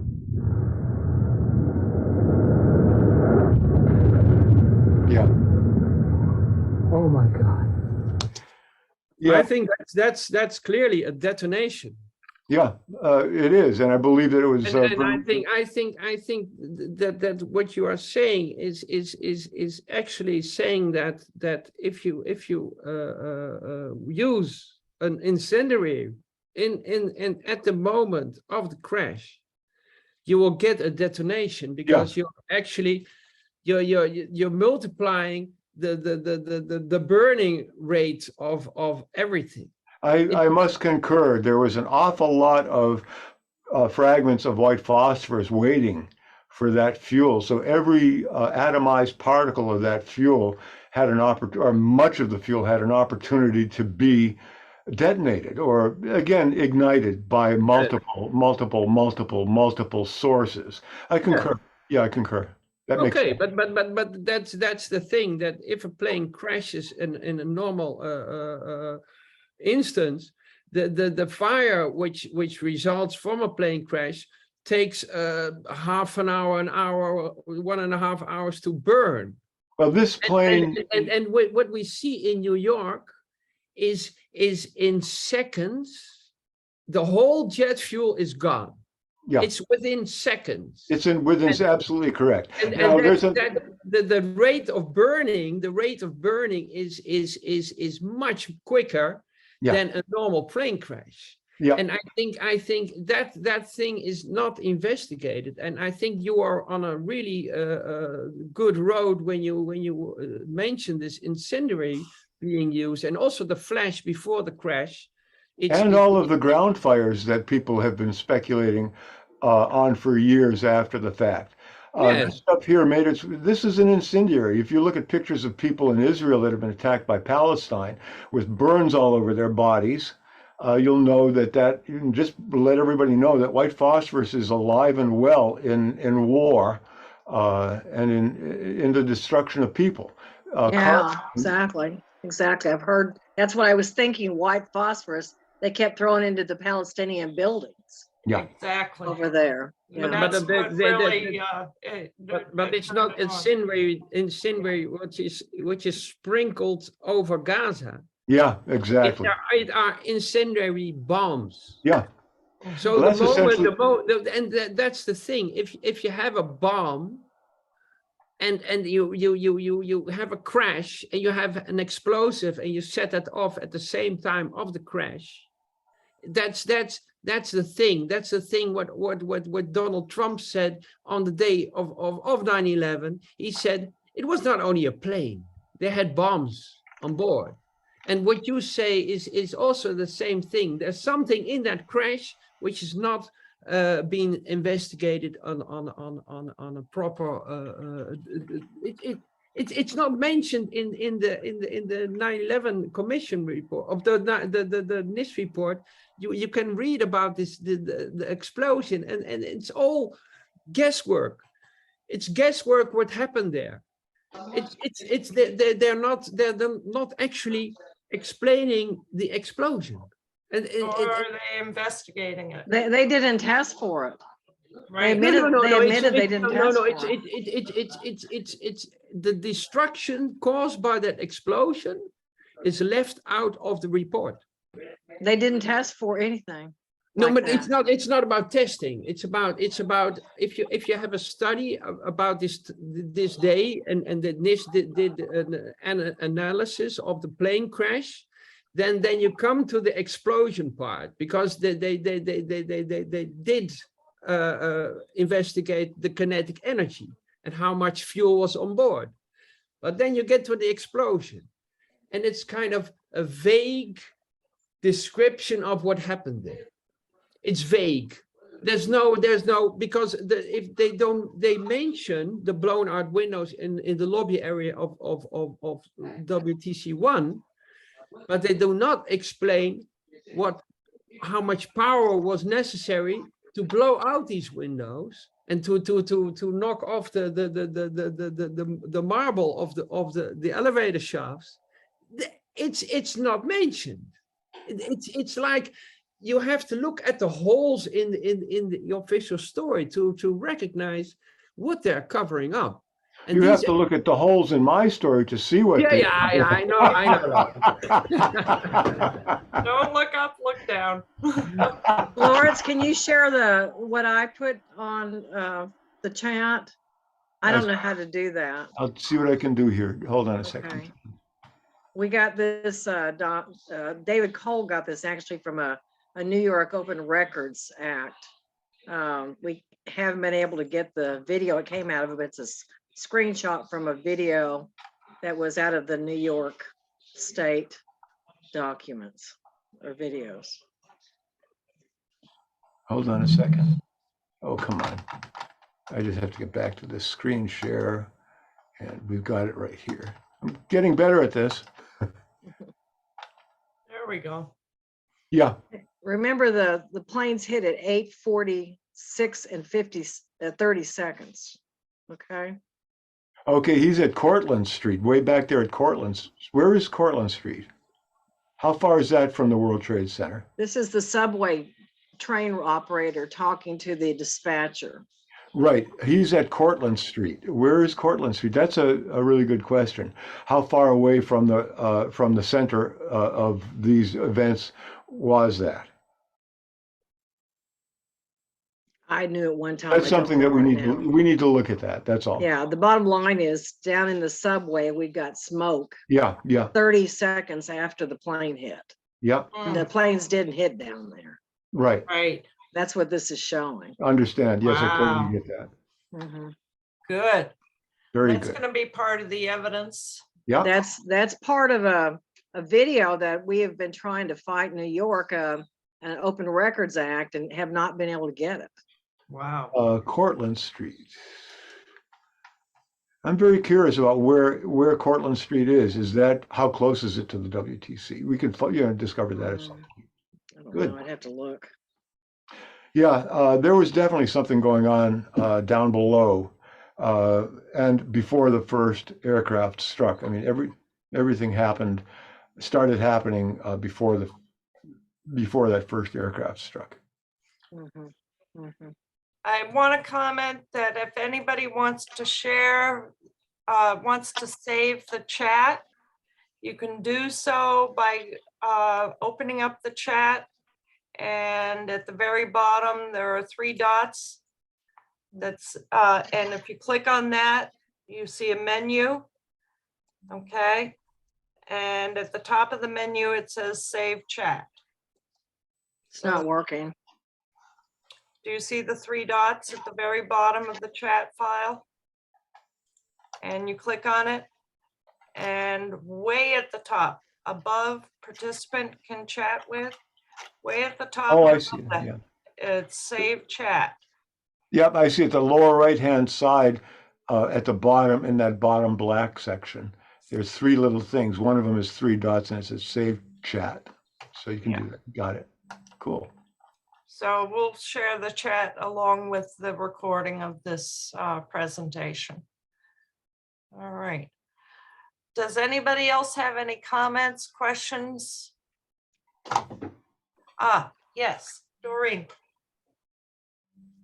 Okay, I just need to ask a question. You mentioned Tishman, who was the owner of these buildings, that he had to know because he must have given them permission to plant the explosives? Silverstein? No, Tishman was the engineering company that built it. Okay. Right? Yeah, they didn't own it at the time. Go ahead. No, and so you're saying that he must have known to give them permission where to put the explosives? Oh, gosh, I don't know. Silverstein owned the building there. I'll make one conspiratorial interjection here, which is that the bin Laden family was flown out of the country the day or two after. We're talking about a number of members of the family. You know, nothing to do with Osama. Bin Laden Construction is one of the biggest construction companies in the world. They know how to build. When you know how to put something together, you certainly know how to take it apart. Well, there was also Turner Construction Company that was doing most of the asbestos abatement Yeah. on all the buildings, and they're an affiliate of the largest construction company in Germany. They also have an affiliate. Well, they have different, I guess, offices. There's one in Dallas. The guy that was in charge of Turner Construction in New York got transferred to Dallas shortly after 9/11. Wow. Giuliani came to Texas shortly after he got out of the mayor's job and went to work for a law firm called, let's see, it's got two names. I've forgotten it right now, but it's a 50-year-old global law firm that has never changed its name for 50 years. And when Giuliani came to Texas, he got his name on the law firm name. And so you're sitting there going, wow. Bracewell Patterson was the name of the law firm. And Bracewell Patterson was changed to Giuliani Patterson. Wow. And that was, the lawyers down here were going, what? What? Because everybody knew Bracewell Patterson's been around for 50 years. The CEO of Bracewell Patterson was George Bush's campaign manager in Texas. Huh. So you're saying that Giuliani was involved as well? I don't know. I'm just saying that he moved to Dallas after he left the mayor's position. Well, he certainly authorized the destruction of evidence. He moved on. He knew, he's a lawyer. He knows better to move all that stuff. That's a crime scene. Mhm. It all got moved out faster than heck. I mean, they sold it overseas, not to be reached again. Yep. Right. So I mean, a lawyer knows better than a prosecutor. He was a prosecutor. He Right. knows better than to move that stuff. Yep. But he And did. at the loud objections of all the firefighters. Now, there's some lawyers that were mad in New York about that too, but you don't hear about those people. Mhm. Yeah. I'm just saying that it's interesting that he came to a law firm like that. I'm just talking. And that law firm, the lawyers down here were shocked that they changed the name of Bracewell Patterson after 50 years to Giuliani Patterson. I mean, it's not like that law firm hasn't had senators and governors and everybody else come through it before, but they never changed the name for them. We're talking about a mayor from New York, not a U.S. senator that's been in the law firm too. It's Bracewell Patterson. It's called, I think it's called Bracewell now. Maybe they changed it to Giuliani. I don't know. So that was shocking to the lawyers here that they even changed the name for him. He's a New Yorker. We're from Texas. Right. I mean, really, why would you do that? But the Bush's campaign manager for Texas was the CEO of that law firm. That doesn't mean anything, but it, connections matter. Yep. Yep. Yep. It's all circumstantial, but still it's evidence, circumstantial or not, right? But that Turner Construction should be of interest to somebody because David Cole got the whole list of the companies doing the asbestos abatement. Of course, they had subcontractors too, but they were the main ones in charge of that asbestos abatement. And asbestos abatement's expensive. Yeah. Expensive to do all that stuff. Oh, So yeah. in reality, if you look at it, it was cheaper for them to blow it up than it was to keep that building renovated. Yep. Which is another motivation to blow it up. Well, that's what I'm saying. There's probably multiple motivations anytime Yeah. these disasters happen Yeah. that help one person or another, you know. So that's how you rope a bunch of people in, Mhm, you know, mhm. to something that this big. You know, you get their special interests. Well, Turner Constructions, their CEO went to Dallas after 9/11, and so did Giuliani went to Dallas after 9/11. Wow. And the Bin Well, Ladens went back to Saudi Arabia. Yeah. When nobody else could fly. Mhm. Before we end this call, one of the criticisms, it's my turn for a question, if nobody else has a question right now. One of the criticisms you have received, Lorenzo, is, what are you saying? Thermite was not used? No, I've never implied that thermite was not included in the destruction of the towers or building number 7. Okay, so I just wanted you to clarify that for everyone, that you're not working against the thermite theory. No, absolutely not. I totally concur that the structures were pre-softened, that they were cut. I mean, it was evident that the steel was cut every approximately third level, as it was pretty much carted out of the place, cut to go. There's no question in my mind that there was that there was severing of the structure occurred during the day before the dramatic finale, being, in again opinion, watching the tower drop, watching the core drop first before there was any explosive activity. You could see that there was a little bit of smoke being ejected as the structure started to compress a little bit, as each one of these sections of floor started to have a little bit more pressure in it. You could see puffs, but until after that core descended, there were no high explosive ejections. So thermite alone could not have done the complete job. I don't know. Not the dropping of the core, not the way that the core dropped, not with the seismology. I mean, look, I highly recommend viewing Project Plowshare to understand the mechanics and why that would have occurred, why they would have used that technology. And up until a couple of years ago, I couldn't accept. I did not understand. Why it took me so long to understand. Maybe I just wanted to be sure. I don't know. Just wanted to keep watching this and listen to people and hear what other people had to say. Now, could thermite have penetrated the bedrock?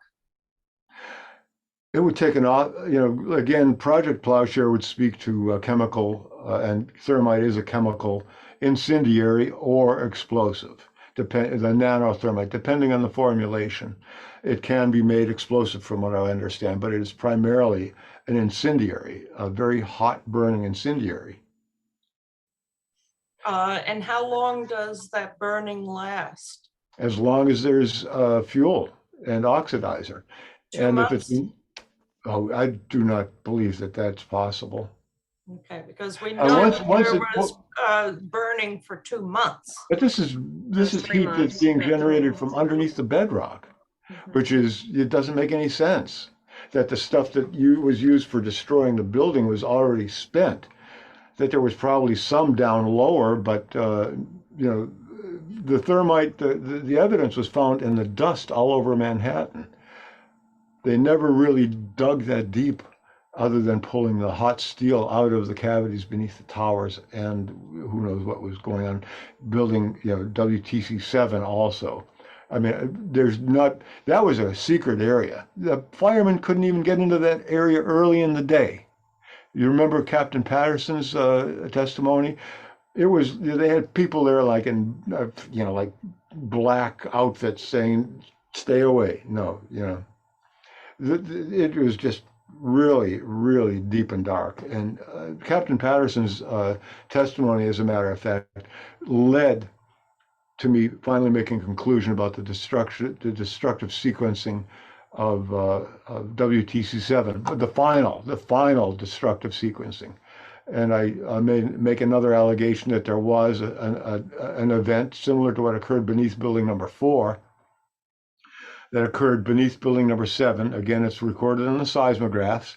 It was seconds before the collapse of the east penthouse, the heaviest section of the building. And then there were subsequent aerial bursts. Aerial doesn't mean in the air. It means like they could have been in the basement, but they were audible. Ray can speak to this as an explosion, even in a basement, you would hear. But if it's beneath the ground and you don't have it venting as an explosive venting event, then you'll feel the seismic reaction of the event, but you will not hear the explosion. You'll feel a rumble. They talked about like the subway, rumbling beneath the ground. Well, Captain Patterson is actually, Jane, if you remember, he's one of the people that's going to be in our film. Okay, Yeah. okay.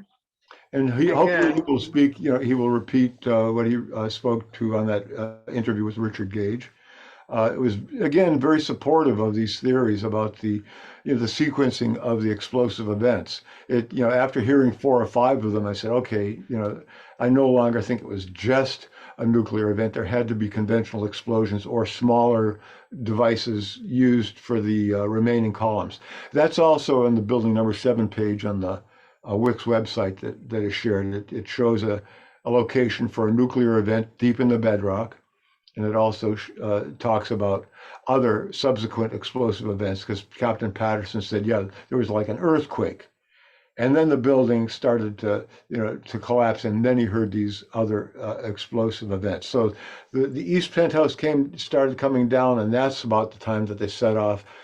This is a fascinating study to understand how they controlled all this stuff too. You cannot accurately predict the time that you set off a subterranean explosion. You can estimate it, but it could be anywhere between 5 and 20 or 25 seconds before a subsidence starts to form at that point. So you're thinking about the devices that they used to ensure that the sequencing was accurate, that once this section started to fall, then the subsequent explosions would allow the columns to be blown out for the rest of the building along the whole substructure to literally pull the perimeter structure of the building down and in upon itself. It's just a fascinating study in mechanics. What kind of people, companies could do? That's got to be a small world. Very small. What kind small. of either military or demolition companies? It's got to be a small world that has the capacity to do what you're talking about. I do think military's got to be involved here, because the nanothermite that was only available through the military back then. Well, look at the sources of these. I mean, Lawrence Livermore Laboratories and Los Alamos rather, are the 2 laboratories that were most engaged with this. They were shut down pretty much after Project Plowshare because the physicists, well, I'll get back to that. They were shut down because of popular opinion or popular concern about nuclear being used. And the consequences, the environmental and personal, health consequences involved with nuclear. These physicists were fascinated and doing a great job on the work that they were doing, and they had to go somewhere and do something. There's people, I'm fascinated with this too. I would say, yeah, these physicists went to Israel, or Pakistan, or other places where they were still allowed or even paid much more to do this sort of research. Again, I'm speculating. Germany, yeah, anywhere where there are nuclear, thermonuclear, especially thermonuclear. What can we do in a rapid? We're talking about almost instantaneous nuclear reaction. How can we use this energy? And they were shut down. The project was shut down in America because the public would not condone it. Well, Livermore's still there. Yeah, it is, but the Project Plowshare was no longer funded. That we know. Not by American taxpayers that we know of. You're right.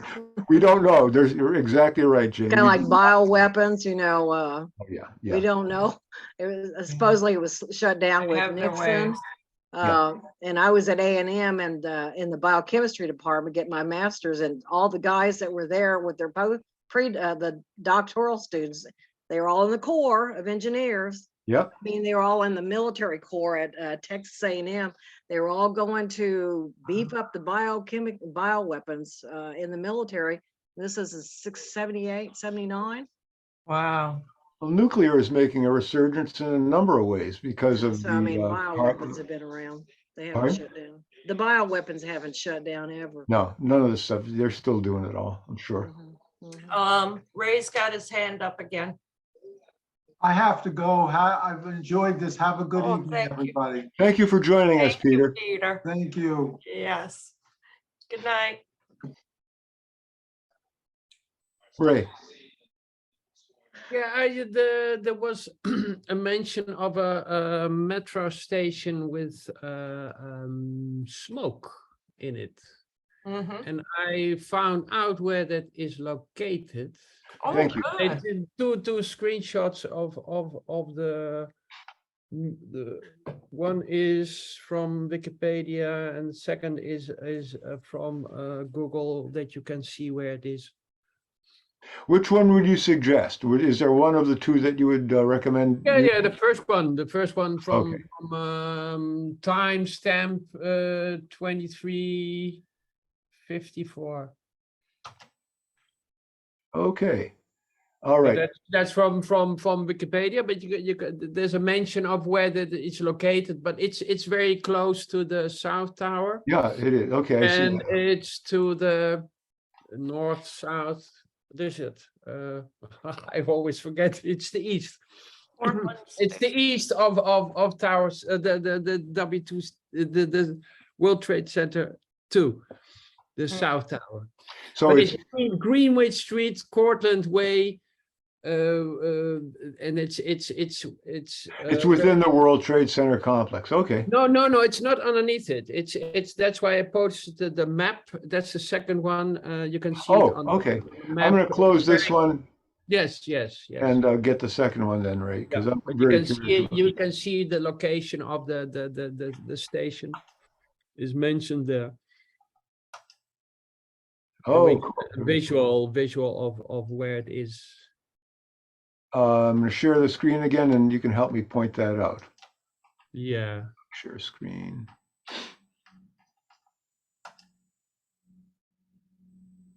It's the red blob dot. Yeah, there it is. It's very close to the South Tower. You can see. Yeah. So, but it's remarkable that there is smoke in the underground at the moment of Right. the Now, attack. remember that this is the location of building number 4, which and my allegation is that this is probably the first thermonuclear or pair of thermonuclear events of the day occurred. Yeah, it comes close. So. Yeah, very close. Yeah. You can also see in some of the pictures that I had, there's a break in the slurry wall. There's like a part that's destroyed in the slurry wall right in this general vicinity here between building number 4, WTC 4, and the South Tower, or the location of the South Tower. Thank you, Ray. I'm gonna just make it visible that we're talking about that it's not because there's a lot of things happening in this subway station that people are not aware of. But there's a video of a person who shoots the second impact explosion. And then he's running down on the street with his camera, and it's a very fascinating movie to watch because it's not a snapshot. It's a longer period of time. Yeah. But he also interviews people on the street, and the remarkable thing, he's 1.5 blocks away to the east of the where the tower is. and there's glass on the street Yeah. blown out from the subway station. Mm. So this pressure wave blew out the entrance of the subway station onto the street. That's very telling. It's very interesting that it was not only the towers which were had damage, but it were also the surrounding area had damage, like the underground, what you say, the smoke mentioned, and that's it's very fascinating to Very fascinating. Yeah. read a lot about what happened there. Yeah, that document's from New York.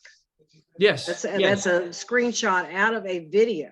That No, was no, no, done. no, no. What I posted our screen. This is what I posted is not from the video. The video is I have it on my computer, but it's a lot of work to get there. Yeah. But this person is filming the second. He's filming actually the North Tower, and then the South Tower gets attacked. But he's not seeing what happened there, that it's out of his, but then he goes out to the street and he keeps filming also on the street, which all people are looking up, and this is way before the towers came down. But he walks by on the street towards the tower, and there's glass lying all over the street. And it's nowhere near the Twin Towers. Very good research, Ray. Yes. So there's a lot going on in New York where we have no knowledge from, because it was not part of the investigation. Well, And people never Official looked, investigation. and people didn't know what they were looking at as they Yes, were looking at some of these pictures, yeah. didn't know what questions to ask, or right. how to make what. We were told, for instance, and have been told for years, that this is ice age erosion. The New York Times had an article on this. As it was made so public, they had to explain it away, and it just does not cut it. Al has his hand raised. Oh, hi, Al. Hey there. Couple of quick questions. I'm a little confused regarding the subterranean event, which we're talking about nuclear. And then the obvious ejection of the steel beams that are going out 600 feet in all different directions. And if I understand it correctly, you're saying that the building sort of from the subterranean event drew the structure in towards the middle rather than ejecting out. And what would account for these explosive events of the beams shooting out? And prior to the thing collapsing, the dripping metal, the famous picture of the the orange metal coming out of the corner of the building, those are things I'm confused about. I'm going to bring up one more screen. I'm going to shut this one down first. Am I making any sense here? You are making sense, and I appreciate the question. There were a number of events. I want to get back to the Wix site. Hold on a second and get this page up. Oh, come on. I'm going to have to run shortly. My wife. I'll make this as quick as possible. Remember, at our age, we don't move that fast. No, I don't. Okay. I'm gonna share. Oh, come on. Where'd my? Oh, there you are. Share a screen, or which one do I want to share now? This is the telltale. I'm going to get back to it, and I'm going to scroll down in a second and get to the point that I want to see. All right, this is the illustration of the bottom dropping out and allowing the core to descend. But this is,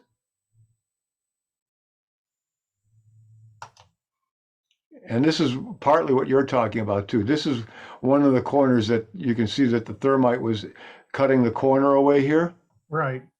But also look at the way that this is coming down. Also notice that there's no explosive activity visible. The flames is just licking out. The smoke is just, pouring out like normal, but this is in motion.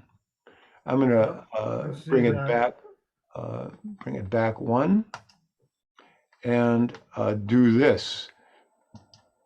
Now this, oh, that's not the one I wanted. Sorry about that. The video clip. Is this one of, oh, I'm having a problem here. Hold on one second.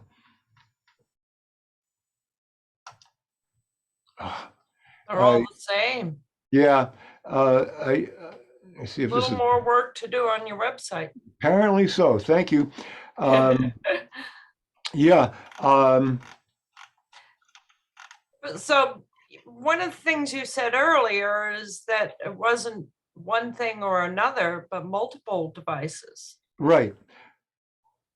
I But wish I you had. see how you have that illustration where the beams or the floor joists are sinking inward.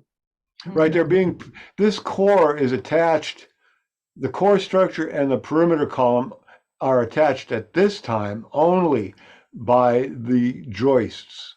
Right. So The what truss- accounts for the explosive events of when you see the building blowing up? I mean, That comes after the collapse of the core into the cavity. but when the collapsing of the joists and pulling into the interior defy the idea that things were blowing outward as well? Oh, absolutely not. As a matter of fact, I explained it a little earlier. I'll go through it again. These are all column structures. This is, this structure here is at least as strong as this structure. And it shouldn't have really been allowed to bow in, but that was in the area where the damage was done by the aircraft that you could see it bowing in. Again, the purpose of dropping the core was to pre-stress the fasteners at the core and at the perimeter columns so that the explosives would be able to really do their work. They wouldn't need as high an explosive in order to blow the perimeter columns away from the building. If this weren't done, I would venture to say they would have had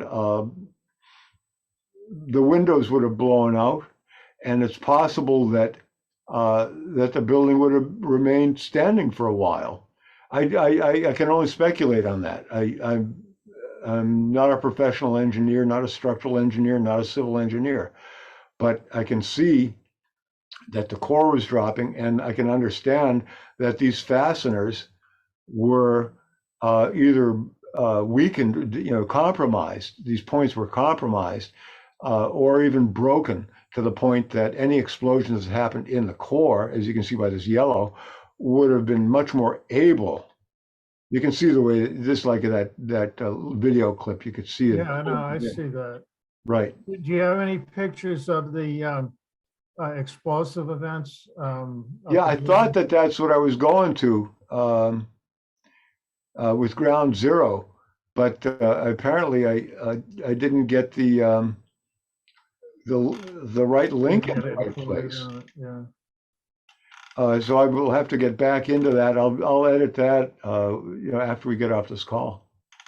Make sure I get the right. We might do this again. Yeah, I'm looking forward to doing it again. This is really good practice. Jane, I appreciate you very much for joining us tonight. I wish that you had been able to be here at the beginning, but you've got. I will listen to it. I will listen to it all when you send it to me. And I've sent you all a, this was given to me by a Woodstock radio, I guess a person that does interviews, what I just sent you, and it was regarding a Union 94 union man that they're called operating engineers in New York. It's a big union. That's from we actually took his deposition. I don't have the deposition right here with me, but this is a guy that said he saw, they were in charge of bringing people in and out of the buildings because they were in charge of the equipment for the entire complex. The operating engineers, the Union 94 operating engineers. And he said, after the new management took over, these guys came in the wee hours of the night, at least, that was talked about in the union, and they came in and they couldn't be identified, they couldn't be signed in, they couldn't be asked questions, and they could not be escorted, which never happens. So I wanted to kind of give that to you guys to listen to later on. If you could figure out how to save it, I don't know. I put it there for everyone to look at. It's too long to listen to right now. But Okay. we did do his deposition, and about the guy that's the CIA guy that's dying or dead already. We tried to find him. We did find his house, but nobody would talk to us. But that was about 3 or 4 years ago. So that's an old story that's going around right now. Thank you so much. Thank you, Doreen. Oh, thank you, Doreen. Thank Al, you. nice to Very see much you. appreciate you. I appreciate you too. Thank you. And Ray, Ray has one more screen that he wanted to share. Yes. The South yeah. Tower explosion. Right, that is the time that was actually the aircraft strike. I just looked at that. It wasn't part of the explosive demolition. Hold on a second. See if I can find it. It did damage. Oh, it did. No, there's no doubt that. Okay, but it's very, maybe you think it's very small, but if you look at the picture. Oh yeah, I'll share it. I'll share it if I can. I'll get up here. Hold on a second. Details matter. They do. Let me get back to this and see if I can find that again. Ray is our own Columbo. Aha. Yes. Yeah, I'm dedicated to finding what happened, and I'm looking at what I can find images. Okay, I see you. Thank you, Ray. Yes. The South Tower. Here we go. It's a still. Yes. And, Where are you from, Ray? It's a picture. Yeah. He's in Holland. Okay, Yeah. I thought he was with that name. I thought you were out of the country. Yeah. And But I've studied your country very long. So, There's a lot to study. yeah. Our there's a lot bad to boys study. are bad. Yeah, they are bad boys. There we They're go. the best bad boys. This is bad. This is really bad, because what you're looking at is ejections from 3 sides of the tower. On multiple floors, ejections are taking place, Mhm. and the mention of this in this report, there were 470 something windows broken on the South Tower due to this attack. Yep. And that's a lot of windows. Yeah. But you see things being ejected to the east Yep. at the same rate as things being ejected to the north. Yep. And there's an ejection to the south. So there's a lot of pressure in this building. At one time, at a very small, it's being ejected out of the building. And the speed of ejection is not calculated by NIST. The amount of damage done by this explosion was never calculated by NIST. And Is that a NIST that's photograph? really amazing, that you have an event and that you do not investigate the explosion. But let's take a close look at this too. It was done on purpose. This is, most of what It's I think Yeah. this is purpose. Yeah, it's good. no accident. Let's take a close look at this. I'd like to have a couple of minutes to explain what I'm seeing, or to at least describe what I'm seeing. I see a lot of the aluminum facade. I don't see any perimeter column sections in this image. There might be a couple of perimeter column sections that were struck by either the landing gear or the engines that would have done the most damage on impact. The angle that the plane struck, yeah, that's a good question, Ray. It appears as though the plane struck at an angle so that the material that was going through the plane was pushing from the back corner towards this corner here, but there's no ejection on this side here that we can see. You can see there's dust on. I see stuff coming down on this side of the building here, and I can see the dust, and that would be from not dust, but I would presume that would be the white phosphorus smoke. Yeah, but it's very yeah. It's you can say it's white phosphorus, but there's a lot of white in this picture, and there's a lot of gray. Right. Absolutely. Yeah. There's an awful lot of white. If you say white phosphorus, I would just explain what we're looking at. Okay.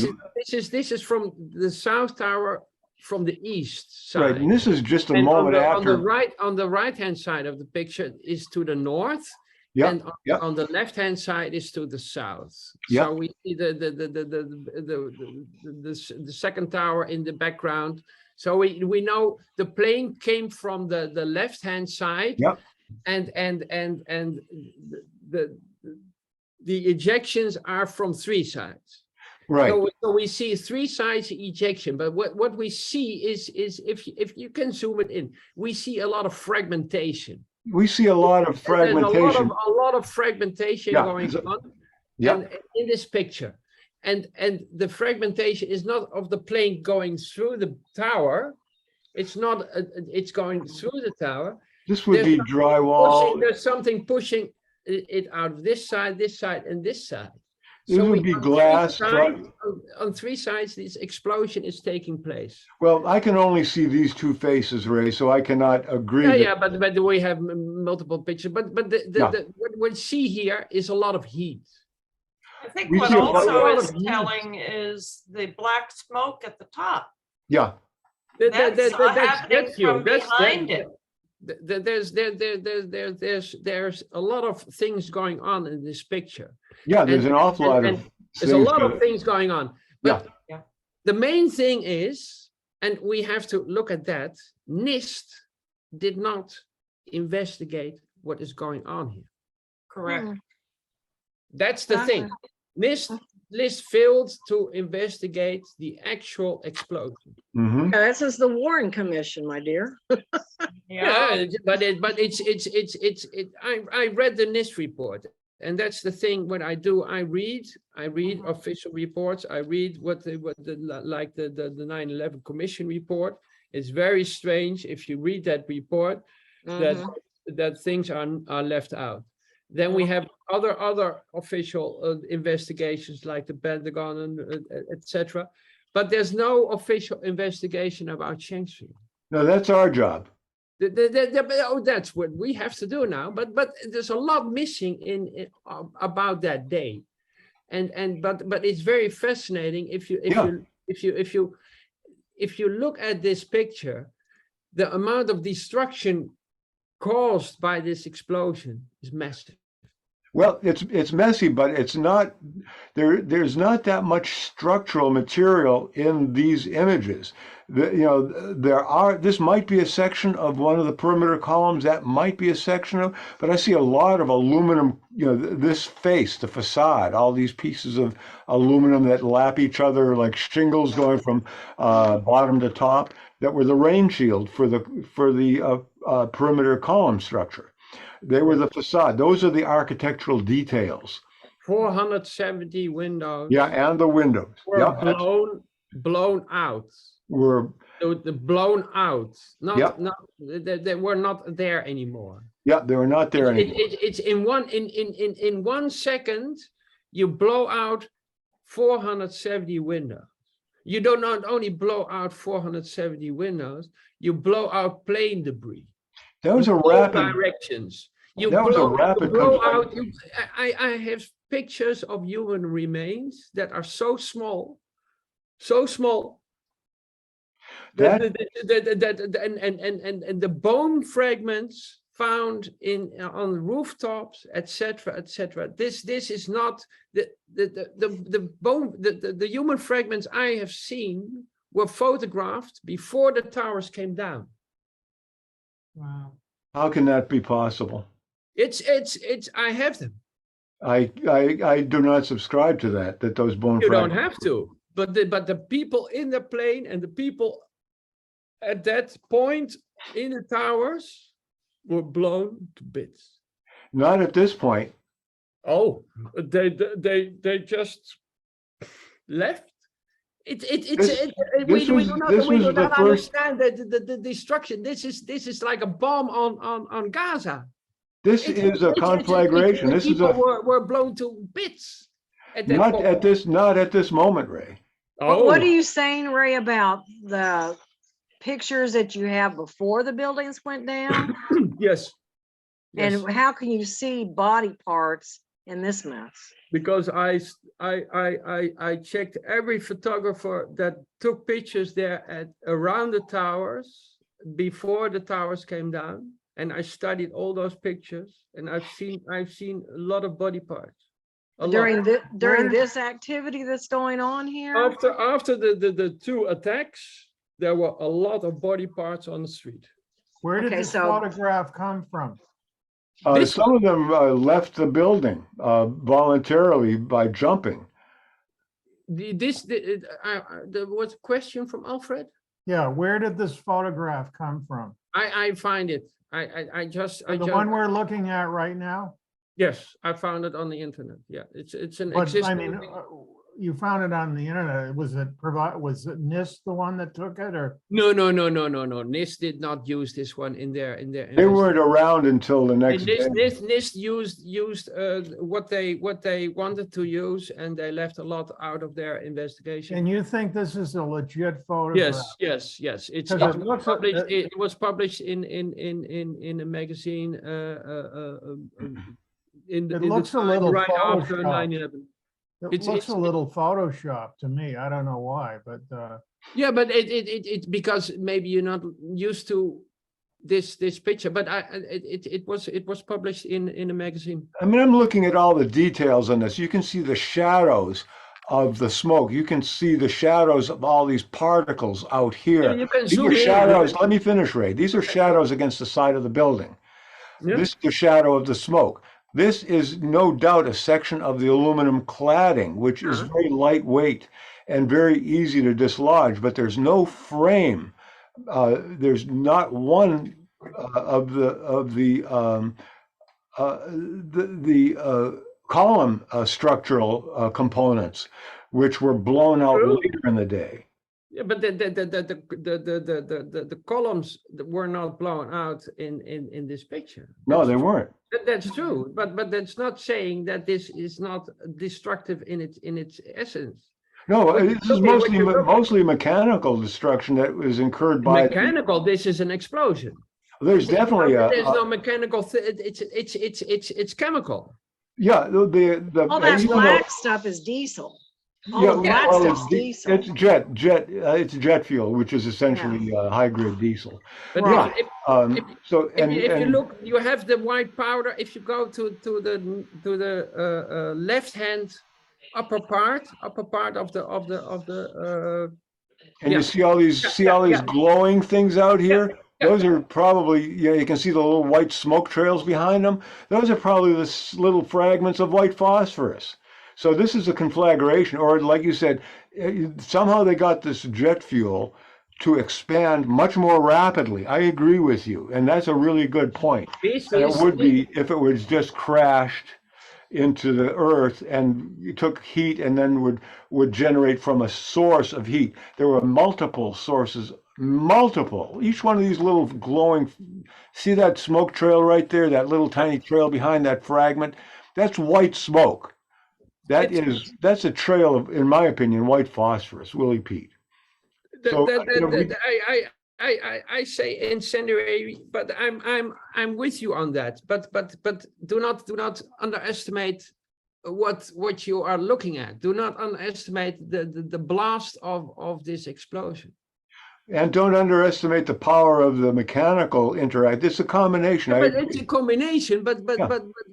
we do not see a plane exiting this tower. We Oh, see heck no. You might see explosion little, exiting this tower. you might see it. You might see, What I'm saying is, look at the explosion, listen to the explosion, and learn what explosions actually are, because they fragment, they tear things up, they blow things to bits. yeah, It's the power, and that's caused by overpressure. It's Yeah. the pressure of something which is very small, and then it produces a lot of gas in Yeah. a very short time, and that gives an explosion. And what we're looking at here is a detonation. it's a combination of A mechanical. detonation with the burning of jet fuel. Of course, jet Yeah. fuel was there, and it was. But if you think about incendiaries and jet fuel, and mixing them together, and then setting that on fire, Yeah. I think you will have something that will really shock you. And Oh, I- that's the it thing doesn't that I shock me. can say is that you're on a right path, I Lawrence. think that you're on the right path. with I think you're on the right path, Ray. yes. I think that is Getting back to definitely, the photograph, can I have a minute? Yeah, To me, this looks like something from a Hollywood movie. it is. Well, no, I'm saying. No, I it's real, really this would is love real. to know, I really would love to know who took this and how they were able to take it. Yeah, I can. There may be a critic findable. Alfred, I can get back to you on that and try to find who took this picture exactly. But if you can download it, you can download it now. You can do a reverse Google search on the picture if you like. You can do it for yourself and find out who took this picture. But it's a genuine picture. It's I'll not. take your word. There's nothing. There's so much good detail in here, Ray. There is just Yeah. absolutely so much. This is such a high resolution photo. I have looked at it before, but I appreciate your bringing it up because it does bring to the focus all the fine details, especially up here with this Yeah. white smoke and these glowing embers here that have this white smoke trailing behind each one of them. You see that little trail? Each one of these glowing embers has a white trail behind it. Looking over here, you'd see a lot of similar stuff if it wasn't so cluttered. But yeah, most of the stuff up here is probably, especially the ones that you see glowing outside of it, are white phosphorus. You see the little. Yeah, it looks like white phosphorus. But it's in the middle. It's white hot. Yeah. This White stuff, hot. White hot is in. We have this expression. It's white hot. well, this is white phosphorus. not That's white- the hottest. It's the hottest because it generates so much energy. Yeah. It becomes white. Yeah. There's no yellow anymore. There's no Right. red, no black. It's white. Yeah, there. Can you find the source of this picture for us? Yeah, but what I say, it will take some time, but you can download it from 'Cause the it's chat. It's If you- important to know the but source. if you click on the picture, Yes. you see it in the chat. It's the last one. You can click on it, and then it opens up on your computer, and you can save it. Hopefully it And would then you also can be. do a reverse Google search on it, Yeah. and you can. It's very easy to get there. It's not that complicated. But these are genuine pictures, and then these are not the pictures that were used by NIST. These are not the pictures brought that did this. This is used in the official story. It's left out. right. But we need to know where they come from, though. Yeah. Yeah. Yes. It's Anything could be. Probably Life magazine photography or something. Yeah. It was in a magazine. It was published in a magazine over two pages. I have the copy the photo of the magazine where it's on two Okay, pages. well, then the magazine would have to get the, they Yeah. would have to pay for Yeah. the source Yeah. on that, right? Very Okay. good. Okay. Al, you still have your hand raised. Did you have No, another question? I'm done. Thank you. Okay, yeah. I think Well, I I've got got two. I got to run, guys, but I'd like for Yeah. us to do this more often. That sounds great. And I hope y'all would listen to this Woodstock Truth Radio. It's 2016. Okay. But we do have this guy's deposition, and I'll have to check with Mick to see if I can release that to y'all. All right. But Thank this you. is worth listening to if you would, okay? Thank you. Okay. Thank you Okay, very Jane. much. Okay, thank y'all. This is for Jane. Yeah, I would suggest you go to the 9/11 War Room on Sunday at 5 with Jean Laratanda. I've been there before. Oh, you have? Yeah, I've Okay. just gotten busy. I can't get there all the time. Okay, no problem. And that's a 3-hour set down. Yeah, right. So Yeah, and we lose an hour tomorrow with the time change. Oh, are y'all Jesus. covering a lot of technical stuff like Ray's talking about and Lawrence is talking about? No, Gene likes to stay away from the how it's done, and basically he allows it, but he likes to focus mainly on action items. Well, let's just look at the evidence instead and let him play with what he's doing then. Yeah. Do I look like Einstein? If you want to be. This Okay, is great. great. Thank Okay. you. Thank you very all. Thank you, Jane. Good much. night. Thank Good you, night. Ray. Good night. Thank you, Thanks, Al. Ray. Thank you, Jane, Lorenzo. Good night. Bye-bye. Looking forward to seeing you. Ray. It's been good having you to talk to about this stuff, because you're one of the few people that is focused more on the ways and means, and stays away from the other stuff that I'm really not interested in. So thank you for joining us and Yes. and contributing. I really appreciate the contributions you made today. You're welcome. Good Okay. night. Bye-bye. Bye.